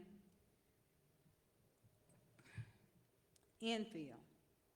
I believe in infill because they want to extend the boundary of, so that they can go, that's destroying more county and farmlands, and and it's further out. So how are people gonna get to affordable housing? And if the housing is gonna cost more to build, moving out, and then you have the roads and transportation, so who can afford the housing? We have to look at all the issues. And one of the issues is we're talking about affordable housing, and then we're moving further and further out. And who can afford to move further and further out? I was reading today that they have raised the. Thank you. Thank you. As we're going to stay in that same vein, but we're going to move over to our panelists. They're going to be able to answer a question. Faith, we'll start with you. Under same housing affordability. A lot of the conversation around housing has focused on the Affordable Housing Fund. In addition to new supply, tenants need stronger legal protections. While state law prevents local governments from passing some protections, there are many more things LFUCG could be doing. For example, Louisville has passed laws guaranteeing some tenants the right to an attorney in eviction court, banning discrimination based on the source of income and criminal history, and creating a rental registry. What would you do to expand the protections tenants have in Lexington, and would you support the creation of a tenant's Bill of Rights with some of these protections? I'll start with Mr. Maloney. Glad you asked that question. If you go back and watch television yesterday, I made the motion to put this in the committee to be discussed, hopefully soon as possible. Like I said on my video, I did affordable housing for 20 years. And what I've seen, what these renters have gone through, I used to do tax credits, it's a tragedy with how much has gone up. And I personally think, when I mentioned the 20% of unemployment in certain parts of town, if we get fix those areas up, I think those rents will go down, people will fix those neighborhoods up, rent can go down. And we got to go back into those areas where the rent's high, and where, instead of putting opera money in parks that did COVID did not be affected by, it should have been put into these kind of programs. And to me, this is a tragedy, and we got to fix it. We'll allow others to answer the same question. Let's go with Mr. Wu. Same question. Yeah, I absolutely support tenants' rights. And in all the conversations that we've had about affordable housing and housing affordability, we're always talking about, can we afford to buy a home in Lexington? And so many people in this town rent, period. Right now, they have essentially no protections. I was in the post office the other day putting up a whole bunch of stamps on a whole bunch of envelopes. I was there on the 1st of the month. I didn't realize that was the day. And 10 people went through that line, and 5 of them were getting cashier's checks in the amounts of $7,000, $8,000, $9,000, $1,100. One lady said her rent just went up from $650 to $800. This is what we're facing right now. And not only can people not afford to buy affordable housing, they're getting bought up by landlords and realtors and then being turned around, and people are being overcharged for this. So we absolutely need tenants' rights. I would be also for looking at making landlords accept Section 8 vouchers. Thank you. Thank you. Mr. Farmer. Sure.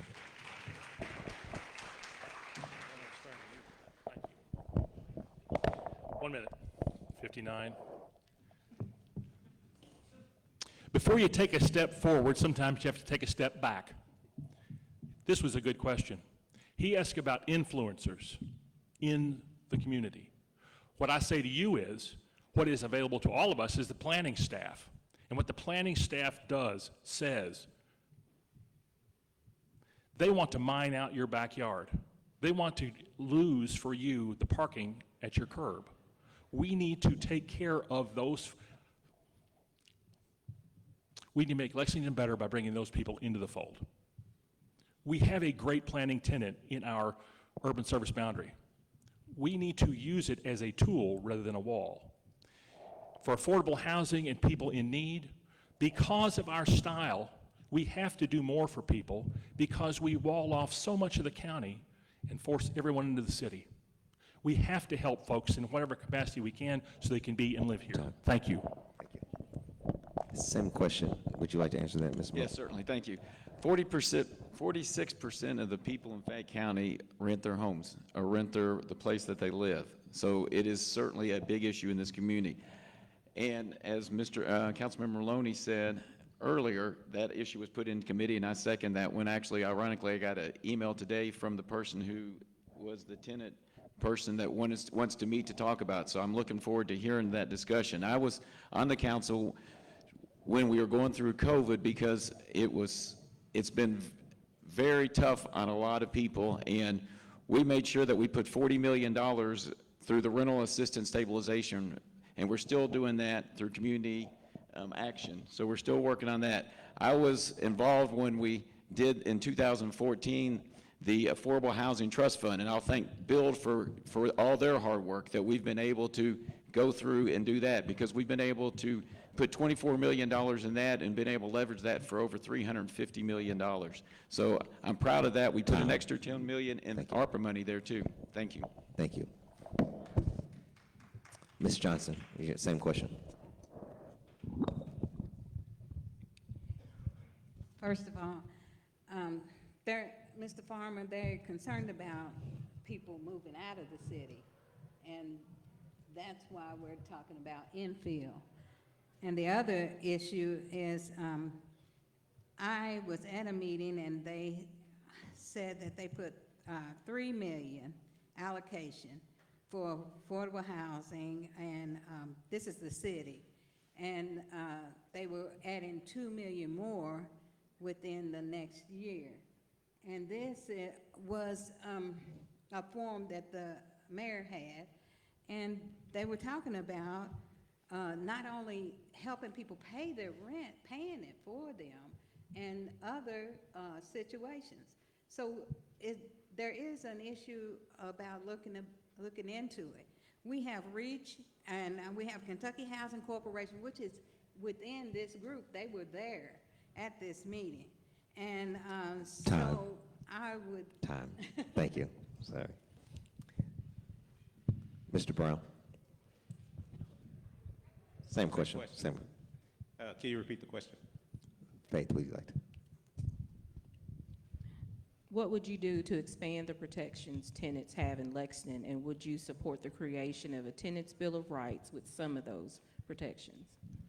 I would support a creation of a tenant's bill of rights. Also, the rental registry was mentioned earlier. I think that's, somewhat of a controversial issue, but I think it's something that we need in this city to create a database to keep and potentially incentivize landlords that have affordable housing units. I think we have the start of the creation of that registry already, based off of the developers and the landlords that receive affordable housing funds from the city.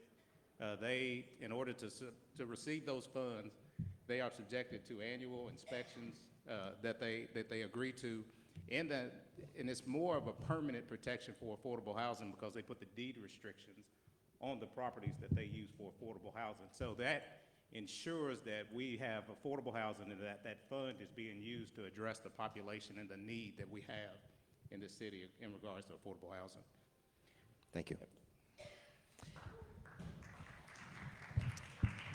Under the same banner of housing authority and community amenities, Josh has a question. We had a resident write in, and this will cover some similar ground, but they wanted to know what concrete steps and most immediate steps are you prepared to take to ensure that every Lexingtonian has the opportunity to live in safe and affordable housing? And I would add on there what, or would you support rather, as we heard during the mayoral debate, finding more permanent sources of funding for affordable housing? Yeah, I'll take that. Yeah, I would absolutely support an independent source of funding. $2 million a year to the Affordable Housing Trust Fund is not remotely enough when it comes to housing. The earlier question about expanding the USB versus infill, it feels like it's always this conversation back and forth. Expanding the urban services boundary is not a magic pill to solve affordable housing. There's no factual or data behind that at all. If there was, I would support it because we absolutely have an affordable housing crisis in this town. So what we need to do now in terms of infill is, on the one hand, the city says we need to do infill, we need to do density, we need to use the land we already have. On the other hand, a lot of these processes, whether it's zoning or building regulations, are very cumbersome and prevent the people who are trying to do these developments to actually do the thing that the city says we want them to do. So we need to look at fixing the system and the structure of it before we start talking about expanding. Thank you. Mr. Ellinger. I met with Build back in May and told them that we need to look at how we can get dedicated funding for affordable housing. As I said earlier, back in 2014, I was one of the council members that pushed it forward to get us a trust fund. We've put $2 million each year. We put in $2 this year, and we also put $10 million in the from the ARPA money too. But I have met with them, and we're looking at trying to find a dedicated source. We've looked at possibly 1% of the general fund to put in there, which would give us this year about $4.5 million. Talking to the person who works with our affordable housing, and Build has asked for 10. They don't think that we actually can do that because the way that we do our affordable housing, we are a gap funder. We try to make sure that we help because we've been able to leverage $24 million of the city's money for $350 million projects. And that's what the city does, and I'm going to support that. Thank you. Mr. Brown. I too was at the Build event and have committed to work with them to find a dedicated funding source for the Affordable Housing Fund. Right now, it's Affordable Housing Fund because you have to have a dedicated funding source for it to be a trust. I think there's an opportunity for us to allocate money in the budget directly towards affordable housing. The other thing that I think we need to do, and this could help better stabilize neighborhoods, is look for ways to subsidize affordable home ownership opportunity. There's a lot of renters in the city, and I think that's great, but I think home ownership is something that we need to encourage and incentivize to better stabilize these neighborhoods, and I think there's an opportunity to do that. Another concern I have is that from the rental stabilization funds and the money that we have out now, I think it has created a bubble in the rental market, and I'm concerned and think we need to look to address that issue before all that money, assistance money, is depleted, and we have a lot of people that don't have the assistance that they need to pay their rents every month. Ms. Maloney. We need to increase housing money. I made a motion on the ARPA money. 20 million was not enough. I made a motion to put 10 million in it. I didn't get a vote on it. I've been in this thing for over 30 years.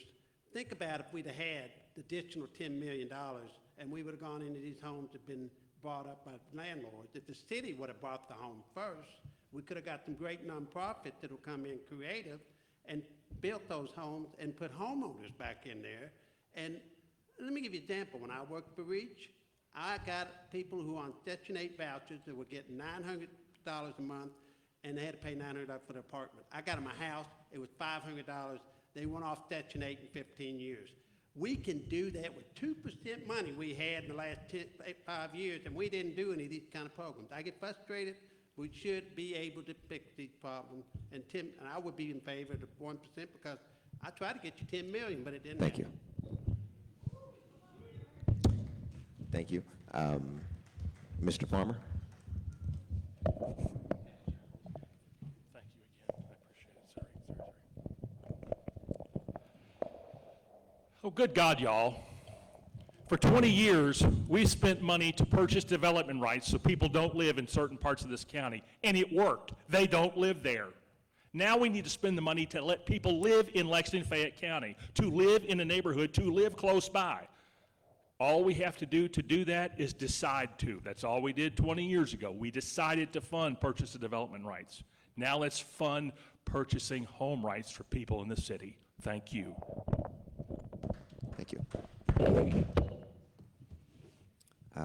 Ms. Johnson.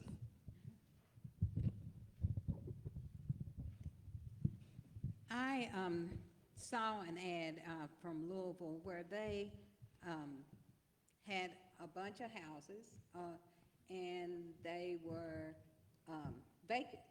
And we have a bunch of vacant property and vacant house, and that's infill. And we're not using the resources we have. And they were selling it to the people for pennies on the dollar. And these, anybody could go and buy the property.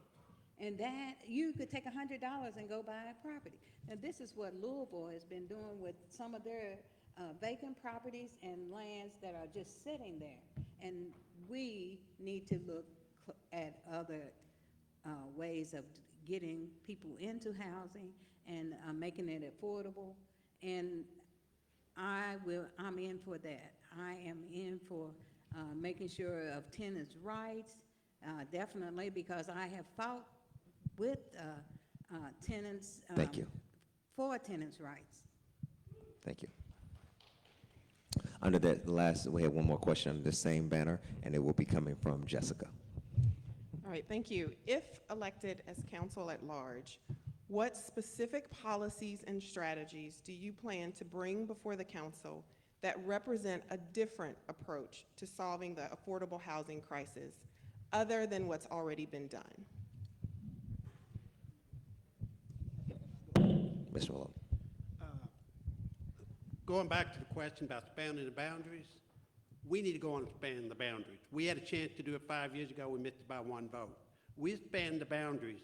You know, the land trust, we can, when we start developing, say you got 1,000 acres, we'll let the developer get the most money for about 800 acres. We'll take 100 acres and make it guaranteed that there will be a low-income housing in that for the 99 years land trust. So if somebody moved out, another low-income person moved in. These things can work, and that's the creative idea that I've come up with. I've seen it work in other places, and I think it'll work with us if we expand the boundaries, because there is land out there that we can make that property land trust, and it would be forever. There would have to be a low-income person in that property, and as we go, and that to me is a great idea. Thank you. Thank you. Mr. Brown. So the land trust is an idea, and I think it's one opportunity. I think we have to do more to subsidize home ownership opportunities. I think, you know, we know for a fact that neighborhoods start to shift when the percentage of home ownership as opposed to rental gets above 40%. So I think we got to figure out a way to use the affordable housing money to create home ownership and incentivize and give folks in neighborhoods that are seeing a lot of redevelopment the opportunity to own their property. Another thing that I think we need to take a look at is, I mentioned the rental registry. And I think it's an old policy, but it's one that hasn't been put into place. And I think that it's a way to incentivize that, to have landlords be a part of that and better protect and use their property for affordability here in the city without it looking like something to penalize them, but it could potentially benefit them and the people renting the properties. Thank you. Mr. Johnson. I agree about the registry, only to the extent that with everything there, the amount of money that a person earns, that's another issue. And if the landlord is not accepting a person because of the amount of money, even though they could pay the rent, then that's unfair too. So our rental registry means that this company is, this property owner is registered, and we can go to them in case of an emergency or if we need somebody to get into affordable housing. But we want to make sure that everybody is covered. And there are real issues. That's why we have homelessness and poor, because they are not being inclusive in everything, jobs and other things. Thank you. Mr. Wu. I'm fortunate enough to live in, In the Picadome neighborhood over near Southland, I can walk to nearly everything that I need, all the amenities, all the services.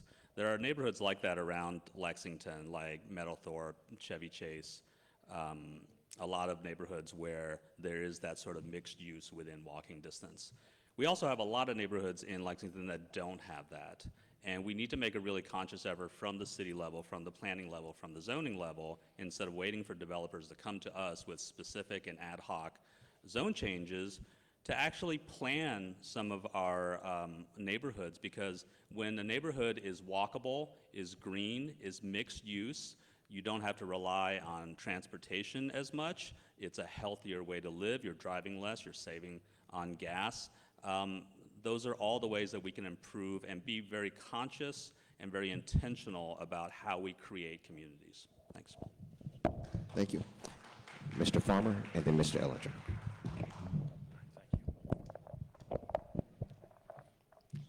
The council has two products, ordinances and resolutions.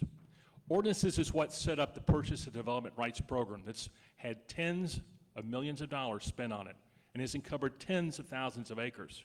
We need, very simply, to do the same thing for affordable housing. You can guise it in any one of the programs that's been mentioned here, but you have to make a commitment at the council level to bring those funds to bear each year, to then use like funds from the state and the federal level, which is what's been done for the Development Rights Program. We just have to do it for affordable rights, for affordable homes, for people to have an affordable place to live in Lexington, and we have to make the commitment and we have to do it, pure and simple. Thank you. I talked about the 1% dedicated funding for the trust fund. Also, we made some changes now for our reduction in parking in our area ratio to be able to get more on that lot. We also can look at what happened over at Davis Bottom with the Lexington Community Land Trust as an option, because I think that has worked. We put $1 million this year in the investment fund at a 0% loan for blighted or dilapidated property, so that's an option. And we also put $3 million in for the infrastructure investment fund for gap funding. So all those, I think, should help with our affordable housing. Thank you. We're going to now move to community safety. The first question will come from Faith. The Lexington Police Department budget continues to rise while crime also continues to rise. What creative approaches can be taken to ensure safer communities outside of throwing money at the Lexington Police Department? We'll start with Mr. Farmer and just go down.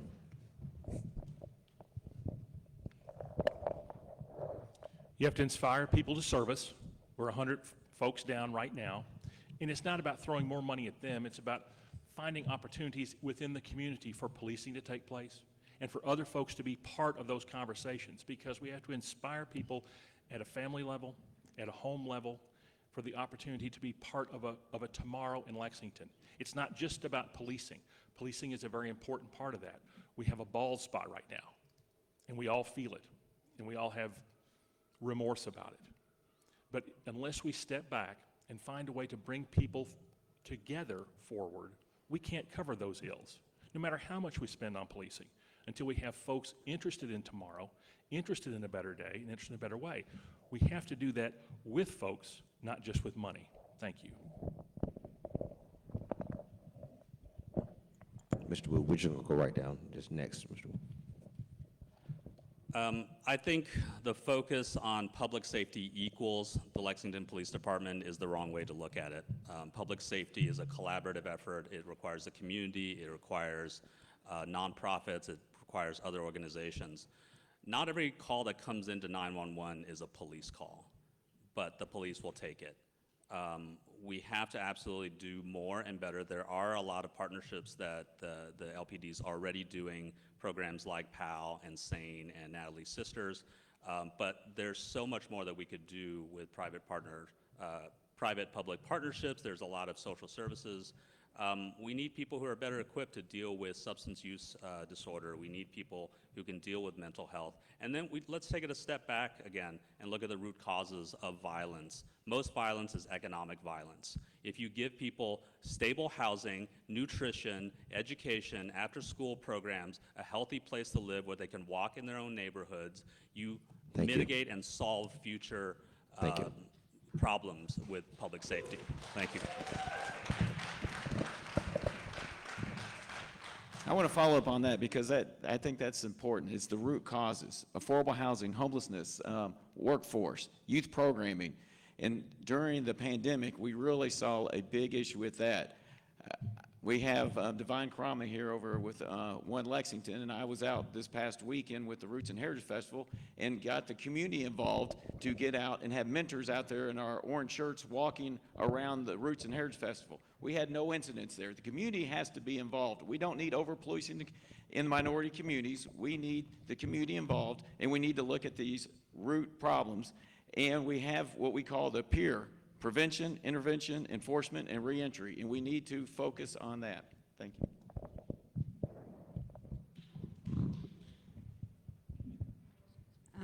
Community safety is about helping communities to be and feel safe.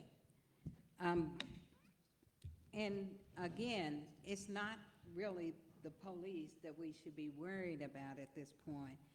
They have a 2938 bipartisan bill that has been inducted, and what it does is it gives resources. Every 10 states, every 2 years will be sent those resources, and so you need to look that up. And we want to for our neighborhoods, community safety initiative aimed to reduce offending behavior, reduce the negative impact of crime and antisocial behavior of both individuals and local community. So if you see something, say something. If you know your neighbor's not mentally handling their situation, report it. Thank you. Thank you. I would jump on the root causes bandwagon. I think that's what we need to do, and I think that we're doing that. Council has the ability to allocate resources and to make policies to strengthen our families and our communities. I think we have a lot of agencies out there that we partner with and dedicate funds to that are getting it done. The problem is that when you address root causes, you don't sometimes see the results to 5 to 10 to 6 years down the road, but I think we're doing that. We also have an opportunity to keep and continuing to develop and invest in our community centers. I know just recently in this budget cycle, we dedicated a new position at the Charles Young Center to be somebody that's for a presence to be there, to work with the community, to work with the advisory board, to make sure that that building is being utilized so the community has a place that they can go to and truly look for resources. Thank you. Thank you. Right now, we have 115 officers, sworn officers short. And we have one program that I'm a big fan of at the neighborhood officer, and I had it in Cardinal Valley. A lot of people had it in this area. We had some great ones. I have been told that some of these people want to come back, and I would love to have these people back, but the problem is the collective bargain does not allow people retired to come back. If we already have 115 that we funded, so if we bring these people back, they won't be in the retirement cemetery. They'll be a lot cheaper, and they also be people who already know the neighborhoods. We need to go after and try to bring those folks back, because a lot of them they're young when they retire, they're in their 40s, they can be here another 8, 10 years, and it would take a lot of pressure off the folks that are working overtime. And the other issue we have, I want the 36-month guarantee that the officers stay. We have a problem, we do all the training, and after 1 year, they leave. We need to keep them here, and it hurts our overtime. Thank you. Under the same community safety, Josh has a question. We had a couple questions here that covered some very similar ground, so I'm going to keep this very specific. This came up in the mayoral debate, the flock cameras. There is more money in the budget to expand that if that's successful next year. Is that something you support? And we can start, Dan Wu. Yeah, one of the things I found out about the flock cameras is that they've set aside money for the expansion of the program, but we haven't gone through the actual test period of the program to determine whether or not it works. And it feels like a little bit of putting the cart before the horse. I am, in general, an out-of-the-box thinker, and I want to put all options on the table when it comes to things like public safety. But the concerns of the community are real when it comes to flock cameras, right? If you want to alleviate people's concerns, you have to have transparency. You have to tell people, this is what we're doing, this is where they are. And if it's a system where you can't tell people where they are or what you're doing, maybe you need to rethink how you go about it. The flock camera, maybe by itself, isn't necessarily a bad idea, but how it was rolled out, how it was gone about, that people on Facebook had to do their own sleuthing and find where these cameras are and post them so that people can know. It shouldn't have to work that way. Thank you. Ms. Elder. As he said, we are actually in a pilot project right now, looking at it for a year. We're coming up on the 6th month right now, and we're going to be looking at the data. We put 25 out, which was about a $70,000 investment. There is $275,000 in the budget this year if we decide to go with the 75 more that they're looking at. I actually asked that question in council, where are they located? Because I thought the transparency was important. They wouldn't tell me, but I thought it was important.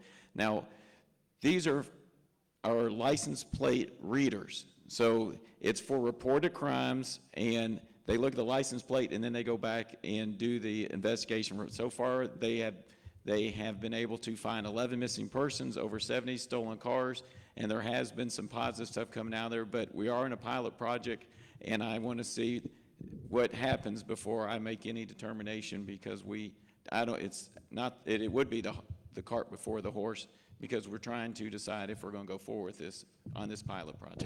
Thank you. Ms. Johnson. The question is if you support the flock camera program generally, and also with more money being in the budget already for it next year, do you support expanding it? I kind of got the idea that they were going to continue with the program after talking and being at the mayor's thing at the Senior Citizen Center. So as long as they're not targeting certain neighborhoods and certain individuals, then I am concerned about the fact that we're heading toward counting on not our police work or policemen's work, but looking at videos to solve our crimes. And not all the time are you going to have those videos to solve your crime, and it's just a yay-nay situation. And I think it's a good idea if they're using it in the right way. And again, I got the idea that they were going to continue with the flock camera. Thank you. Mr. Brown. Yeah, so this is a pilot program that's going to get reviewed in the Planning and Public Safety Committee in October. This program was started and implemented, and the concerns that I shared was that I wanted to make sure that this didn't impact my neighborhoods, the neighborhoods in the 1st District, the neighborhoods in North Lexington, in neighborhoods that had a large percentage of minority residents living in them. So the police department had reached out to the NAACP, the ACLU, the Black Faith Leaders, and asked them what their concerns were. And they crafted the policy around these cameras, but once it gets reviewed in the committee, I think the true tale of the tape is how effective they have been in solving crimes, and we put up enough safeguards to make sure that they don't disproportionately impact low-income and minority communities. So the jury is still out until we have that public presentation on the flock cameras. Thank you. Mr. Maloney. Thank you. The one thing I like about it, 11 missing people. Anything that helps, a tool that helps find people that are missing, it's very important, because it goes back to the comment that I made, 115 police officers short right now. And tools like these can sometimes help out. So I agree with Councilmember Brown. I'm waiting for the Planning Commission and the Public Safety to come out with recommendations. But as I said, with a tool that is working, we need to we may need to look at it. I'll be open-minded to hear what, to support it, some more coming in. Thank you. Thank you. Mr. Farmer. I don't know about you all, but I got enough Big Brother in my life already. And I don't need to step out every day and wonder if I'm getting flocked on the way to work. And I'm just not in favor of this. I think it's a crutch. I think it takes away from some of the policing opportunities, and it's an invasion of the privacy of neighbors and neighborhoods. Thank you. Thank you. Under the same banner, we have a question from Jessica. Okay, this is a loaded one because we had two similar questions come in. So the first part of the question is, do you think Lexington is on the right track in terms of gun violence reduction strategies? If not, and you believe a major change is needed, what would you like to see? And either way, tell us one thing you would do that's not currently being done to reduce gun violence in Lexington. So 3 parts. So I think Lexington is on the wrong track. I think something does need to be done. But I think it needs to be a collaborative approach between our partners in public safety and the communities that are seeing this violence. There are some options out there that we can look at, and some things that we can do, and we all have a role that we can play. I think it just needs to be defined. That's not saying that the partnerships, the initiatives that we have in place aren't working, because I believe they are. I just think that we need to bring more people to the table, because we've heard over the last couple of weeks that this is an issue that's not going away. There's a lot of people concerned, and I think it's more that we can do collectively to address this issue. Ms. Johnson. I think we need to host focus seminars, safe focus seminars, get to know your neighbor, and be smart about everything. Lock your doors and make sure that your house is safe. And as far as the guns is concerned, we really haven't addressed those issues to the extent that we could make changes. The laws are in place. Kentucky has changed their laws. You can carry a gun. I've seen several people in Walmart with guns on them. And I am concerned about who has the guns, and that we're not looking at that more seriously. I'm hoping that Divine Karama will get them to register their guns, and these youth that have guns, that we can find a way to get them to bring them in. Thank you. I am really pro. Thank you. Mr. Elder.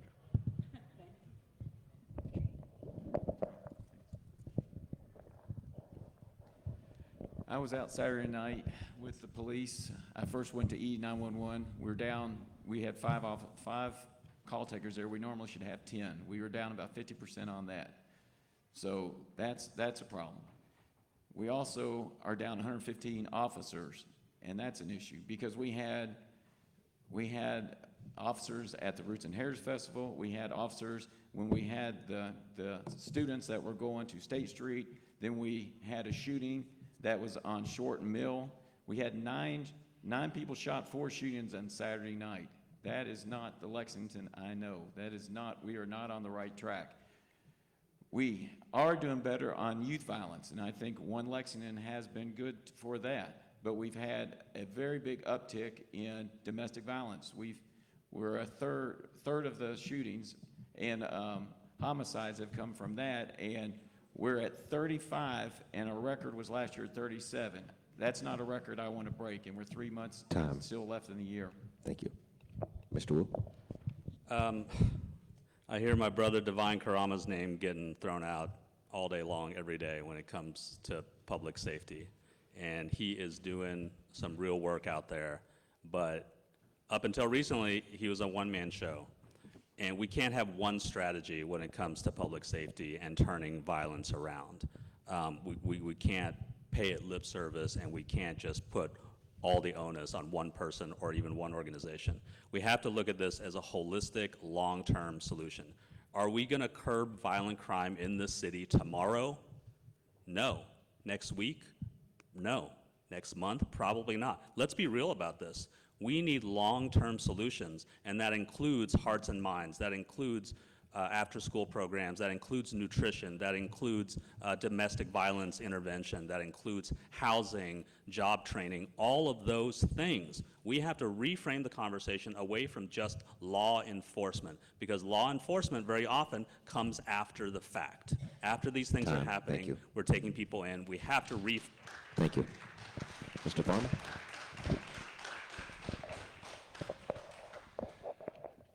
As the body bags mount, how can we not understand we're on the wrong track? It's a sad day. Almost every morning when you read the paper, and page 3 has where the shooting was last night. If we're going to do one thing to step forward, personally, I would go to the churches. I think we need more prayer. We need more prayer in our churches. We need more prayer in front of our churches, and we need more prayer on our playgrounds with our children. We need to bring civility back. We solve problems with words, not with guns. We negotiate with each other in good faith, not with bullets. We need to spend time being a community, not a shooting gallery. Thank you. Thank you. We've been going the wrong way for a long time.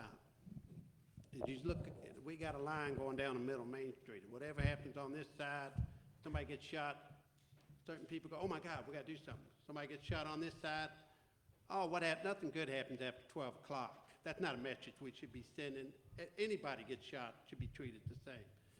And it goes back to what I'm saying, when these young shooters are going out and you see 20% unemployment, they grow up in those neighborhoods, who do we blame?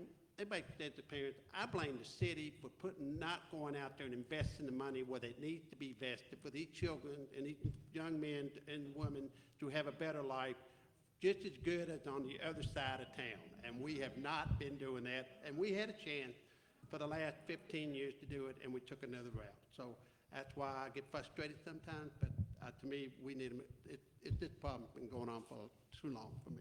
Thank you. Thank you. Moving to the topic of racial justice. Since our population is growing in numbers and diversity with Black, Indigenous, and people of color communities, how will you represent that diversity and make the government's response to issues more equitable and inclusive? We'll start again with Mr. Maloney. You can start down and we will go down the line. So you're talking about diversity for jobs and all that? Is that what you asked? I couldn't hear the question. Since our population is growing in numbers and diversity with Black, Indigenous, and people of color communities, how will you represent that diversity and make the government's response to issues more equitable and inclusive? To me, it comes down to that African Americans, we need to be helping them and the kids to create good jobs. Now, as a council, as a CAO, I hired African Americans to be the commissioner. I've hired, and as the commissioner of housing, building, construction, I heard the first African American fire chief. I voted for I hired the first African American fireman, and I voted every time for the African American chief.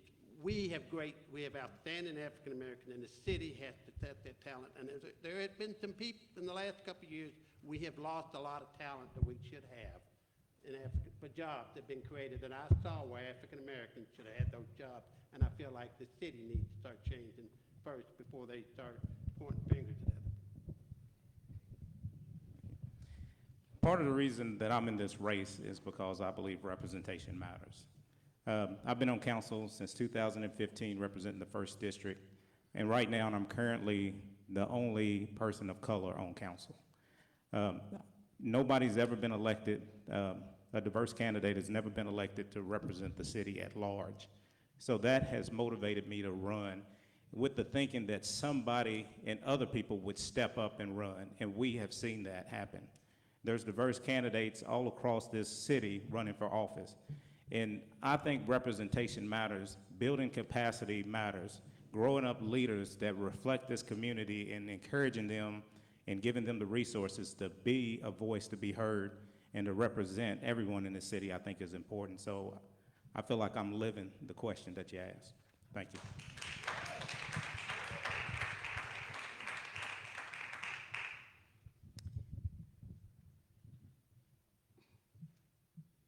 racial injustice, 19%, and that's in Kentucky. I have been an advocate for the education and racial inequality in education and in our community and with our jobs. I suffer that all the time. And the reason I'm running for council at large is because I wanted the backing and the support of the community. I am a person that tries to bring everybody in, whether they want me in or not. I will work with them, no matter how hard it is. We want to provide a meaningful professional development and support. We want to diversify. We want to engage. Time, thank you. And we want to develop inclusive discipline. Thank you. I was able to go yesterday to the Bluegrass Community Foundation for the Lexington Black Prosperity Initiative yesterday. And their 3 pillars are advancing equality, increasing opportunity, and promoting healing. And that's what we need to be doing at the city. We put $500,000 towards a disparity study that we're waiting on for the city. I supported the no-knock warrants because I thought that was the right thing to do for this community. When we did the PPP, I made sure that 50% of the money went toward minority and women-owned businesses. And we also have put $991 towards Minority Business Accelerator. We have to do more, but we need to make sure we're diverse, we're inclusive, and we're equitable. It feels like everybody and every organization right now is talking about DEIA. It's the buzzword right now. And in the past 3 years, I've been invited to join numerous boards, and I knew exactly what was happening on a lot of these situations, not all of them. They didn't have any people of color. They didn't have any Asian Americans. They didn't have any immigrants. They didn't have certain kinds of representation. Some of these organizations are true to what they want to do and looking into a deep rethinking of how they conduct business and how to build true equity. And a lot of them were just checking boxes. So the thing I realized is representation without power is lip service. You can get invited to a table, but if you don't get a vote and you don't get a voice and you don't get the resources and the funding and the backing of those organizations, it's absolutely useless, and you're just there as a token and as a checkbox. What I want to do is bring people to the table who have never been to the table, not just to have another diverse, quote-unquote, face at that table. Thank you. They need to have power and gain power in order to make change in the city. Thank you.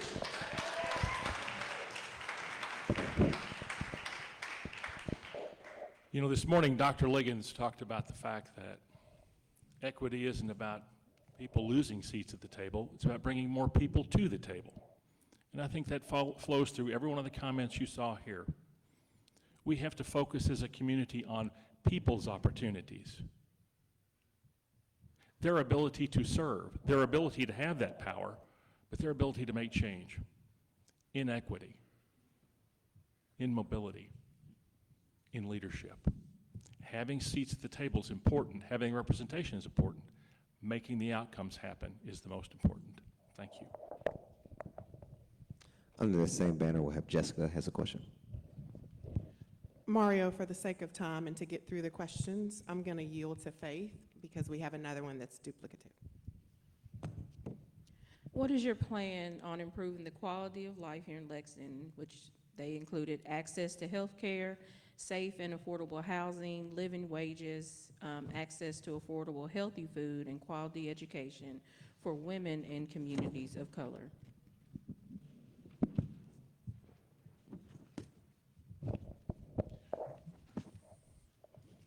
First of all, women in communities of color need protection. I think one of the most horrible things we've witnessed during this uptick in violence is violence against women. I find it abhorrent. I think in stepping forward to help folks, you've got to give them a place, give them opportunity, and give them something to look forward to. And right now, waiting 35 minutes for somebody to try to come and help you when something's happened isn't the answer. Asking people to come to a meeting sometimes isn't productive, but if we can reach our hands across to one another, find a way forward where we are helping each other, I think that's the best way to bring that. I don't have a concrete specific, But I know when great minds come together, great things can happen, and that's where Lexington excels. Thank you. Women and people of color need power. It's been too long that the people who wield power and make decisions, we sit here and we look at you and say, here's what you need.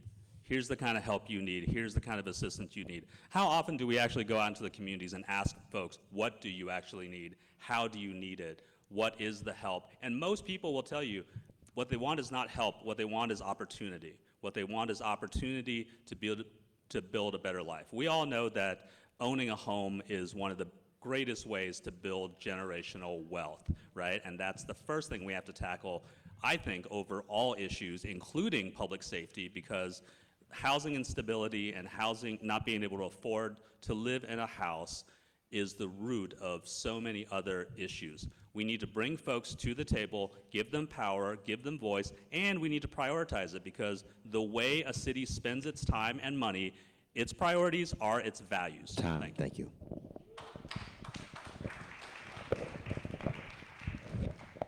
Marginalized communities were impacted a lot harder during the pandemic. We have to make sure that we're not having somebody make a decision if they can afford paying rent or paying for medication. We need to make sure that they have transportation. We need to work with New Vista and Lextran for that. We need to, as I said earlier, make sure that we have the disparity study, that everybody is paid equally and everybody's treated the same. Obviously, we need to make sure that child care is also provided, and housing stability is a must.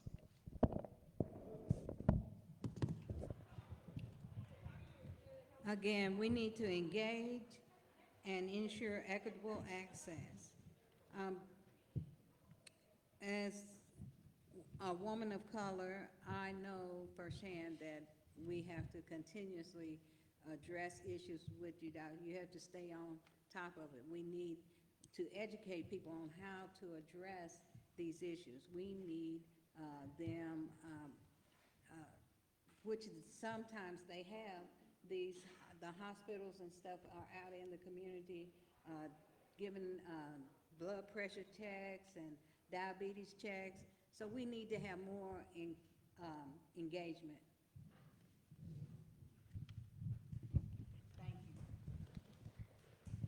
One of the things that we can do to address that issue, being on city council and LFUCG being one of the largest employers in the city, is we can make sure that the women in city government, minority women, all women, are on the same level of pay as men in the city. We have a compensation study out now that we're going to review shortly, and that's one of the main things I'm concerned about. That's making sure that women have equal pay and equal opportunity in regards to economics and income, I think is important. The other thing I'll say is we have a project here going on in the East End on Shropshire and Fifth. It's a project between Community Action, the Housing Authority, and my office is working on a development to help support William Wells Brown School. It's an early childhood Head Start facility, but then it's also going to have an affordable housing component. And I think access to safe, affordable childcare is an economic development opportunity that I think would disproportionately impact single-family households, which in this neighborhood oftentimes are women. Thank you. The real hero that I've worked with affordable housing has been an African-American woman who's single and has 3, 4 kids. And she worked hard to get the kids in school and all that, but when she gets to home to get that house, it's the best view I've ever seen. And they're the ones that are working. The real hero in this community are the single African-American women. When every Friday I walk around, I ran into a lady who just passed her test. Another person flunked the test, a guy, he finally passed it. He gets more money than her. She told me about it. I went back to the city and I said, we can't have this. So we were able to move the pay up. And I said, we can never have this again for anybody. Everybody treated the same, and that's what I plan on doing. At this time, we're going to move into our closing statements from each candidate. We're going to start with Mr. Farmer.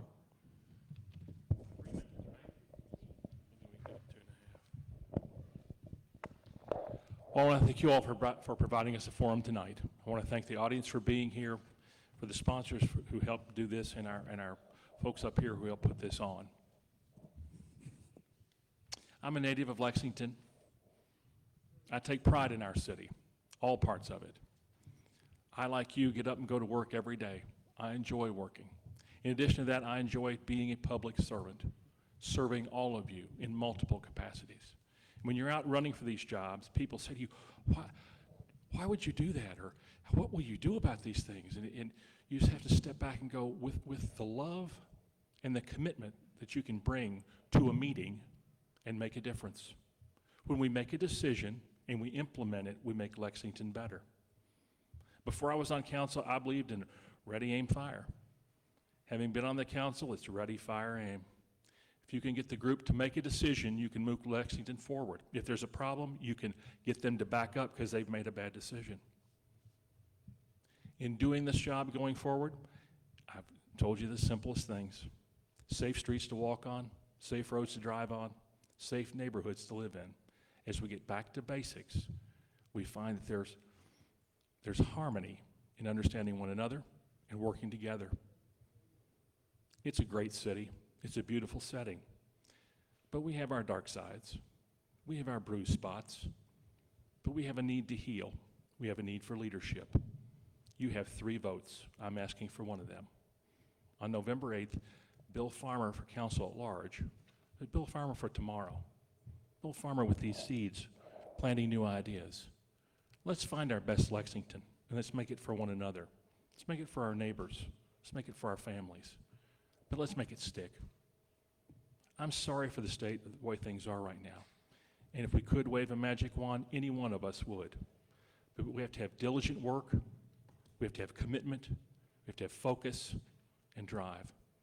I would bring those things easily and with great joy to this job. I ask for your help to do so. Thank you.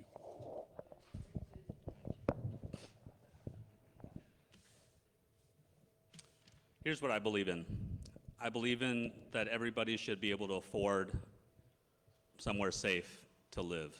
I believe everybody should have opportunities to have a good paying job and the opportunity maybe even to someday start their own small business like I did. I believe in safety. I believe in fresh air. I believe in tree canopies. I believe in one day letting my teenage kids ride their bikes on Nicholasville Road without fearing that they'll be killed. I believe in equal rights for everyone. I believe in a woman's right to choose no matter what. I believe in access and language access. When we talk about how we want to reach various communities in this city, this is a very diverse and multicultural city.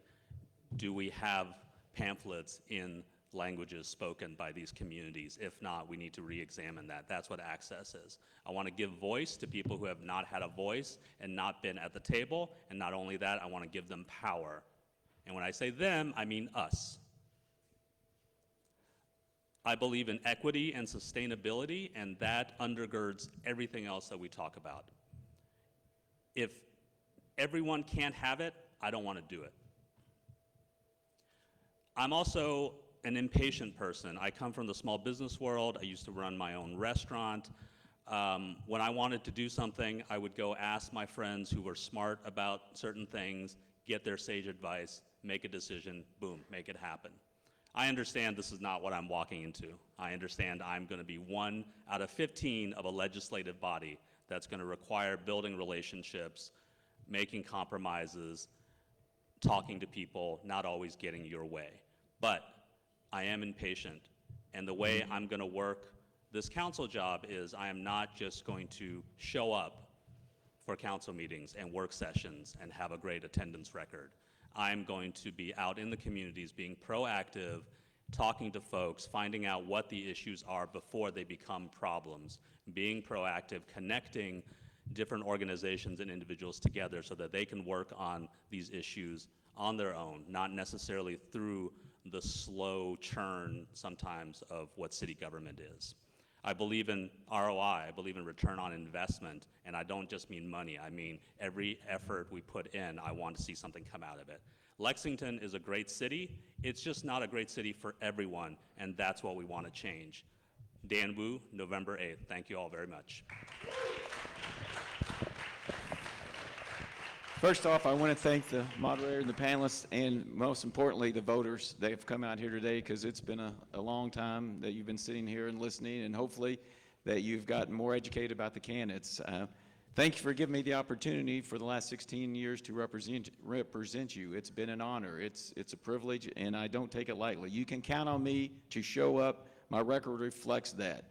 I have focused, and I will continue to focus on public safety, jobs, and affordable housing. The job of the council by charter has 3 requirements: establish a budget, set policy, and levy taxes. I have the experience because I've been on there. I know what goes on. I have led the council meetings, I've led work sessions, I've led zone changes. I know Robert's rules. I make sure that everybody gets an opportunity to speak and has input. I have a colloquial approach about it. Experience does matter. I really would appreciate your vote on November 8th, and thank you again for giving me this opportunity.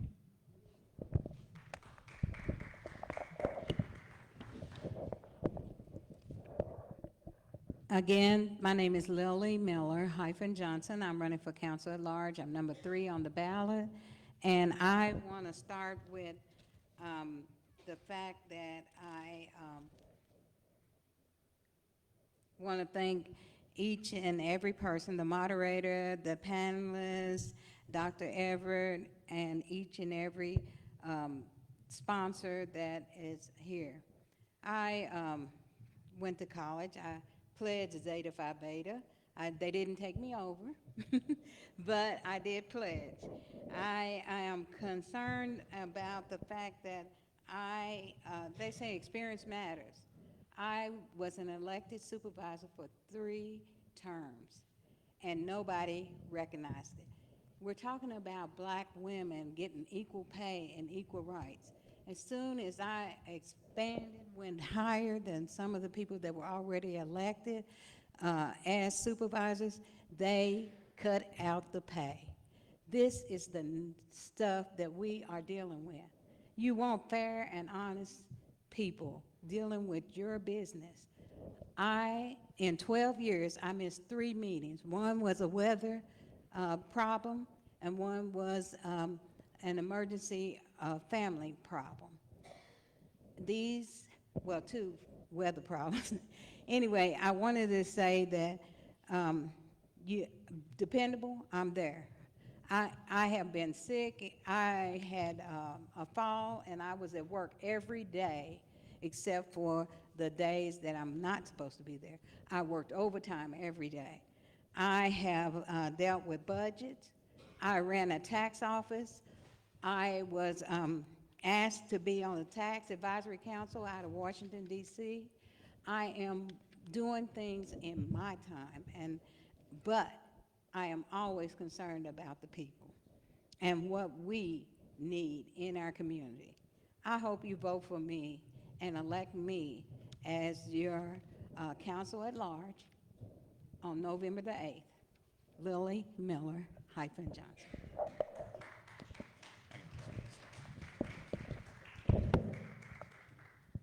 First, let me thank our moderators and the sponsors for tonight's event, and thank you all for coming out, staying with us. It's a long night, long event, but it's important. I've been on council since 2015, and I think it's an honor and a privilege to serve the community. I've represented the 1st District, which I think is one of the most challenging districts, and it's just because of the historical and systematic issues that are in place that challenges our neighborhoods. I think that has prepared me to serve the city at large. There's a saying that me and some of my predecessors that have represented the 1st District say, so goes the 1st, so goes the entire city. I think the experience that I have gives me a leg up, so to speak. I also have a track record. I've been on council where we dealt with some of the toughest issues that this city has faced. I've been open and willing to listen to other opinions.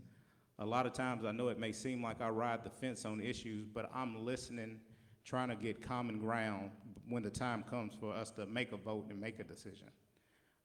Council is not an executive branch of government. It's collective and it's group leadership. And the council members at large are important. A lot of people in this city think they just have one council person, but you really have four. You need to have accessibility to the other three at-large council members. They can be your advocates. They can work with your district council members. And I think the relationships that I built over the years and the way that I operate and the way that I listen and work with others gives me a leg up in being an at-large council member. This is important. This is a very important election for our city. The issues that we're going to face going forward, a lot of them aren't new. A lot of them have some potential solutions, and I have some notions. But I'm willing to engage and listen to everybody as we try to get to a path forward that benefits everybody and gives opportunities for everyone in this community to be successful. Diversity, inclusion, having other voices to the table, at the table. This is our opportunity as a community to put those words in motion and to put some meaning behind them. So November the 8th, you have an opportunity to go elect a diverse, inclusive voice to city council. I'd encourage you to go look at my website, look up council meetings, see some of the conversations, some of the issues, some of the comments, and make a decision on who you vote for this coming November. So thank you. I too want to thank the moderator and the folks that put this, and I appreciate you all being out here. I've been a council member, a 7-term council member in the 11th district, which was a very diverse district, Hispanic. I was able to bring programs into that district.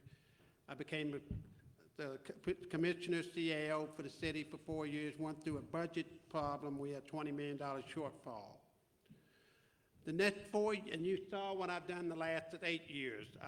I'm very passionate in what I believe in. Affordable housing is my number one, and I've done well with it, and I think we can do a lot better.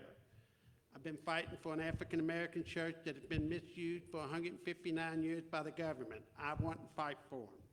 But this next 4 years, I'm going to fight for everybody because we've got a budget, and you all have been affected by the economy. This is not going away, and it's coming in quick, and we've got to be smart. And the last thing we need to do is cut the programs that we worked so hard to make work and to carry this into the next future. Because when I became CAO, that was the first thing I made sure that we would not cut any program that affect low income and moderate people to help. We need somebody with experience in the next 4 years, and these are times that are going to be rough. You know it, and I know it. And that's why experience counts. And I'd love to have you vote Richard Maloney. And if you look at my website, Richard Maloney for Council, look at it and you'll see what my record stands for and what the future I bring to the table. Thank you. We would like to thank our candidates, thank our panelists, thank you, the audience, our live streaming audience as well, for your time and your patience tonight. Has been well spent. We want you to make sure that as you leave here tonight, take this information, do as they've said as far as look them up. Please make your voice your vote. And as my mom says, you don't have to go home, but you got to get out of here. Good night. I want to thank each and every person for coming out tonight. Thank you.